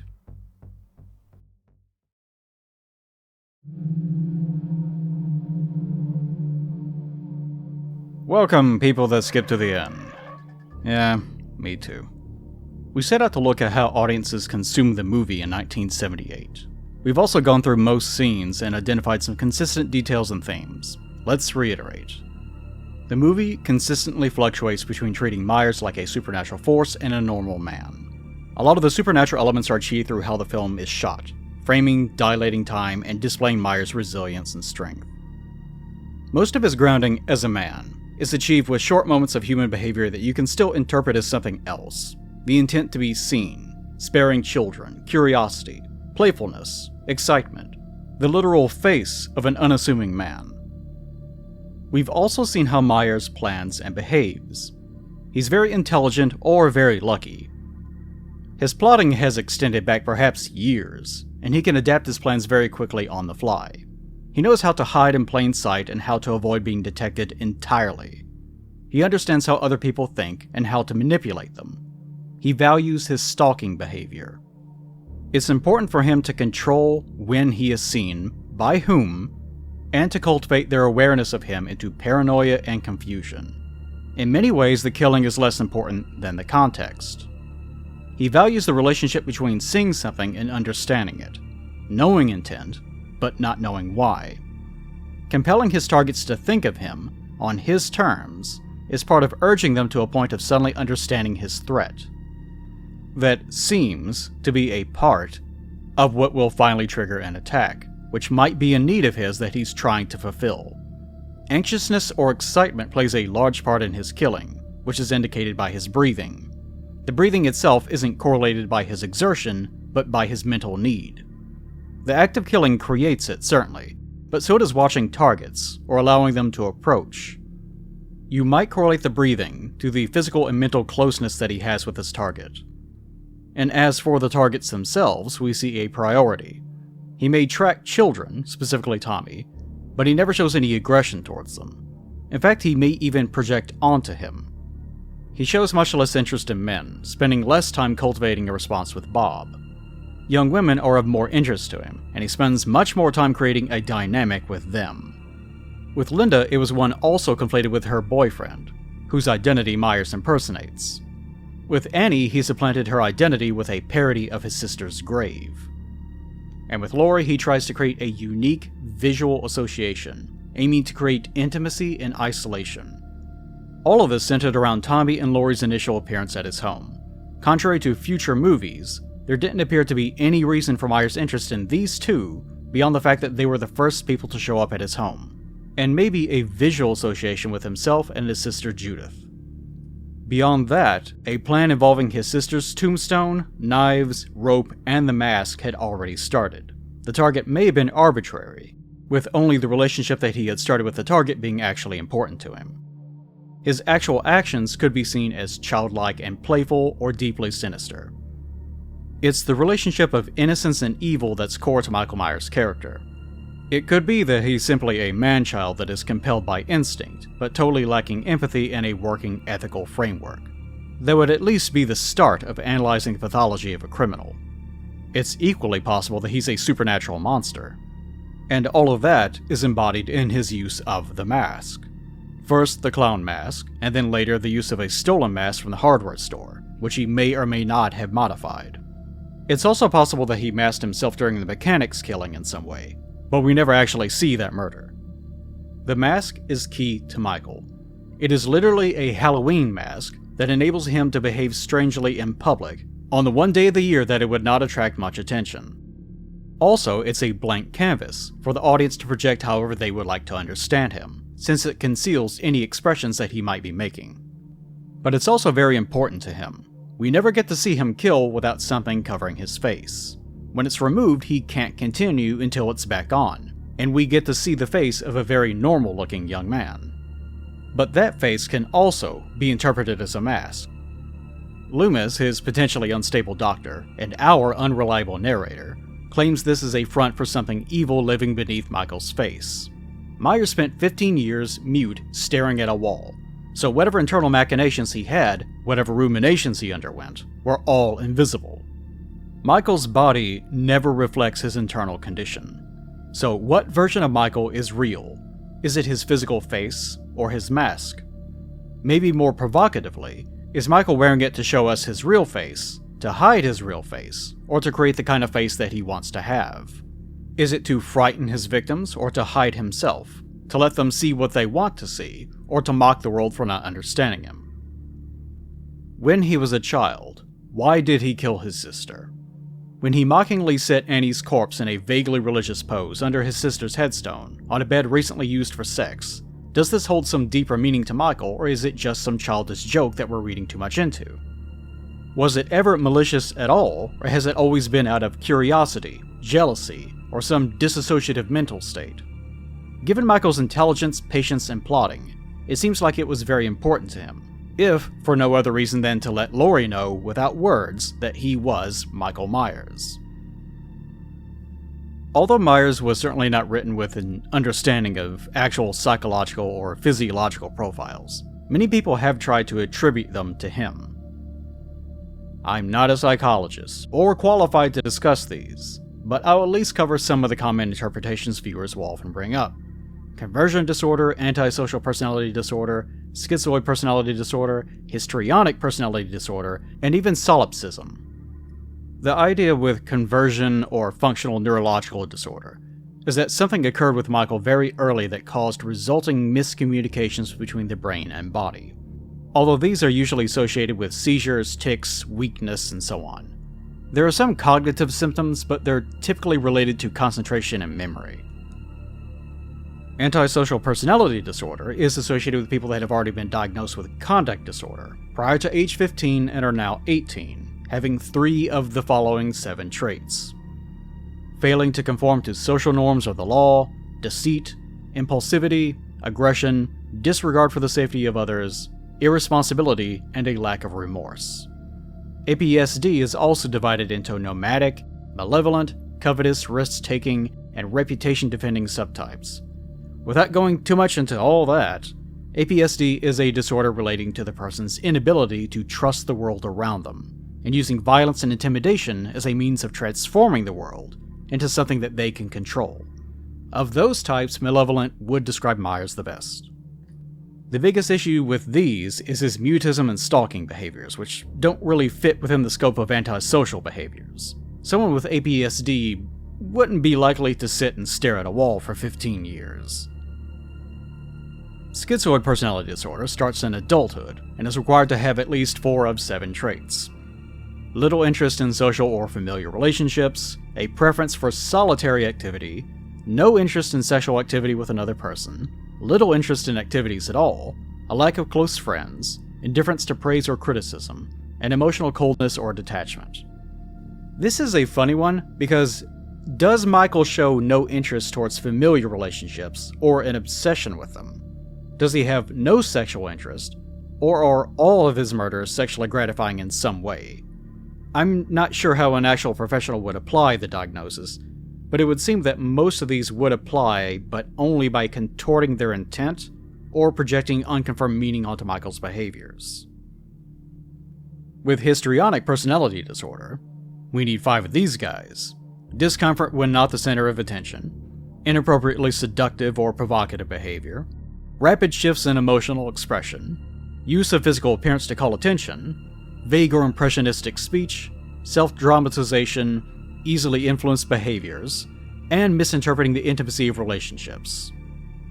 Again, a lot of this relies on these unconfirmed behaviors. Does Myers misinterpret relationships? Was he easily influenced by Loomis? Does he self-dramatize and call attention to himself? Do his emotions rapidly shift? We don't really know exactly. But does he inappropriately try to seduce us? Wouldn't that be interesting? Solipsism, or solipsism syndrome, isn't part of the DSM, but you'll see it mentioned in relation to Myers. The idea is that Michael is in a psychological state in which he feels that reality isn't external to his own mind. This is more of a philosophy, but it is also sometimes described as a disorder, in which nothing in the universe or the experience of the person feels real other than one's own internal world. The rationalization here is that Michael wouldn't see his sister, his crimes, imprisonment, or escape, or so on as reality, but some sort of inauthentic experience. Depersonalization derealization disorder is, however, in the DSM. Depersonalization means the affected person experiences a sense of unreality or dreamlike derealizations of reality, which can include the sense that time is passing them by, with sometimes related out-of-body experiences relating to their own reflection or image. But the affected also knows the experience isn't real, and it causes them some form of distress. Now, looking at all these, you can probably see a lot of Michael in all of them. But some of you probably see some of yourself in them too. That's the problem with self-diagnosis and projection. It's easy to find whatever you want to see. Don't do that to yourself. And with the shape of evil, it can be defined into whatever form that you would like. From his lack of interest in society, his catatonia, robotic-like physical behavior, potential sadism, and maybe even disassociations from reality. It's this well of possible horrors that helps Myers work as a 1978 movie icon. That's why audiences loved him, because he wasn't just a serial killer, he was also a monster, and a cultural bridge from the 70s to the 80s. You can also see why creating a sequel was such a problem, and why deviating to it being about his sister might be appealing. The use of the headstone, and the return to his home, was really the only thing he ever did that showed even the slightest, defined hint at a focused intent, and even that may have been tangential. So who is Michael Myers? He's the shape of evil, of course, and that's whatever you would prefer it to be.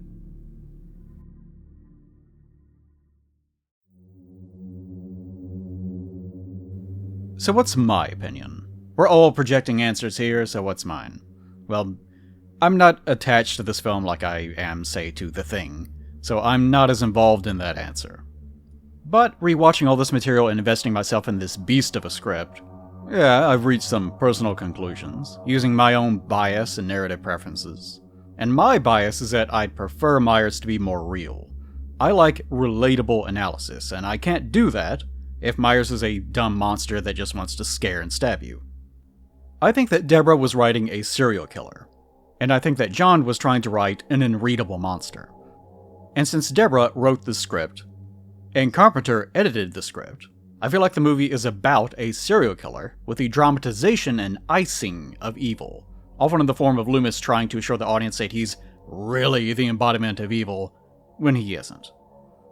There's just something very wrong with him that isn't applicable to our understanding, in the same way that would be true for any notorious criminal. Also, most of my opinions are less, I think this, and more, I'm rolling with this for now. Honestly, I don't know, and for me, that's a good sign that the film works very well at what it's doing, when I can't even cohesively form a headcanon that I enjoy. Right now, after spending about a month writing and recording what I'm assuming will be a 3-hour long video, which at the time I thought I'd crank out before Halloween, I have some loose ideas. Myers, to me, seems like he's completely preoccupied with perspective and recreating the night that he killed his sister, but more importantly, the sensations that came with it. Serial killers are often obsessed with control, power, and gratification. Myers obviously wants to control people, especially young girls. I don't think Myers is malicious so much as he exhibits traits we'd associate with sociopathy, or antisocial personality disorder more accurately, although even that's a blanket statement. There's a difference between cognitive and affective empathy, with affective being the ability to feel and share emotion, sympathy. Myers obviously has cognitive empathy. He can understand, recognize, and manipulate someone else's thoughts and emotions, he just isn't affected by them. Interlayered with that are his mutism, and what I describe as a disassociation with external stimuli. Much like the solipsism I was talking about earlier, it seems like Michael experiences reality and even pain, but doesn't experience those as real. He seems to have some level of pain and symbolia, where the motivational components of pain, including emotion, aren't being perceived correctly. So it's almost as though he's living in this state of being heavily disassociated from his own physical experiences. Even something like 6-year-old Michael watching his hand while he's committing a murder could be a sign that everything to him feels very dreamlike or maybe even ephemeral. If I'm also layering in his mutism, that's usually caused by either some sort of trauma or brain injury. If he's already disassociating from his own reality, the idea that he's unwilling or incapable of verbally interacting with our reality isn't too far of a stretch. He may even be moving his body while feeling like he's not moving at all. Disassociation feels very strange and is very uncomfortable and unnerving. So if someone was just born that way, I have no idea how they process information. But I am also not qualified to talk about any of this, so to me, this is just a narrative postulation. Headcanon. Also, too many of his actions feel childlike, which is funny considering how much of his planning and manipulation seems so well practiced and nuanced. He doesn't seem to have the mental age of a child.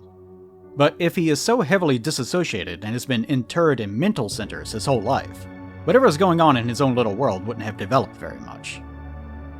Usually in real cases of murders in which the offender is a child, it's either accidental, done with some level of childlike malice but still an accident, or there's a lack of understanding of consequences and morality, the kind of thing that you would associate with being a child.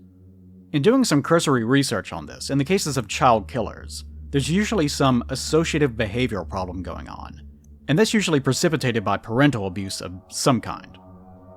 Now, I don't think this was caused by parental abuse, and honestly, it's more haunting to think that he was just born like this.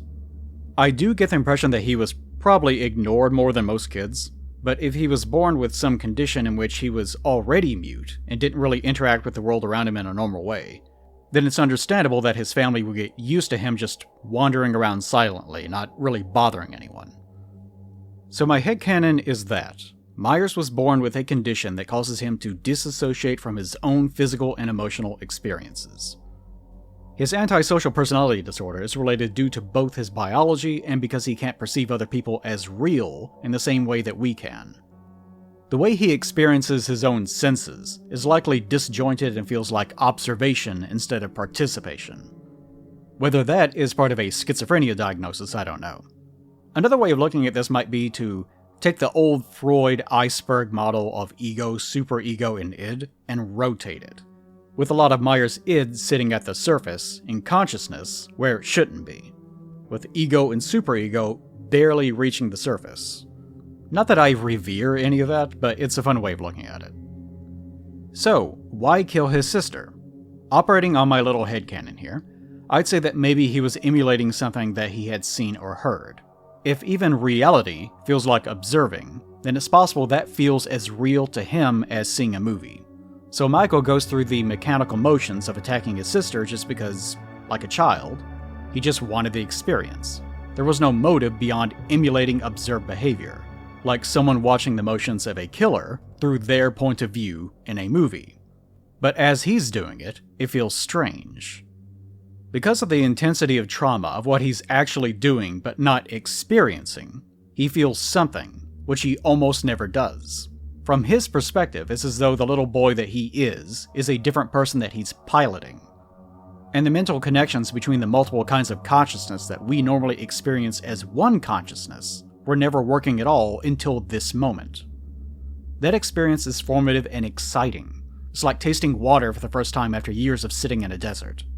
Since his experiences are so disassociative, his internal world shifts completely to trying to recapture that feeling. And eventually, he realizes that he can only compel himself to have an associative experience if it's similar to what he did to the character of his sister. It being a sister isn't important, but being like that experience is. So all of his behavior shifts to orchestrating similarities in our reality to that night. Halloween, the sister figure, the intimacy of a relationship, the experience of standing right next to someone but not being seen as a person. Maybe most importantly, that associative moment where Michael starts to kill someone and they suddenly register him as visible. He was invisible in a figurative sense as a child, but when he stabbed Judith, suddenly, briefly, everything was real, and the character he was stabbing shared that experience. But for a reason he doesn't know, it's linked with the performative killing of another person, preferably one that has some correlative meaning to the body he's inhabiting. Again, I can't explain this much better unless you've had a dissociative episode. It really does feel like nothing is real, and it's hard to even organize your thoughts in a way that makes sense. How it would feel to be like this, I have no clue. So, crafting paranoia and scaring teenagers is part of that association. As a target gets closer, both physically and in understanding, he's able to feel that experience. The greater the interplay between closeness, intimacy, emotional heights, and comprehension, the more he feels, the more he neurologically associates. And it's only because the actual person that he should be, Michael, the little boy, should have PTSD, and somewhere a part of him is experiencing that, while also having APSD and so on. It's not even that there's a separate personality sitting inside of Michael controlling him. It's more like a series of disconnected parts of the brain functioning in a permanent state of disconnected consciousness that won't make sense to a normal person.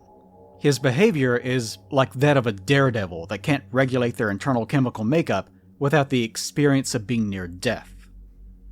Then what's the mask? The mask then is him. It's Michael's reality. He's wearing a face made of nothing, seeing through nothing, and being seen as nothing, and daring the characters around him to engage with and understand it. He was wearing a mask at the time, so the feeling of seeing through a mask, while also living behind a figurative one, must be deeply compelling in some way. Why would a 6-year-old Michael put the mask on at all? I don't know. Impulse? Emulating something he saw? Maybe even this early he had this sense of seeing the world through a mask, and felt he needed to put one on in order for his behavior to not count as being his own, which would be a very childish way of rationalizing something you aren't supposed to do. So maybe in the process of putting on a fake identity, he realized that this was the most real he had ever felt, and at that point, wearing a mask became more real to him than his actual face. But this is all me making stuff up.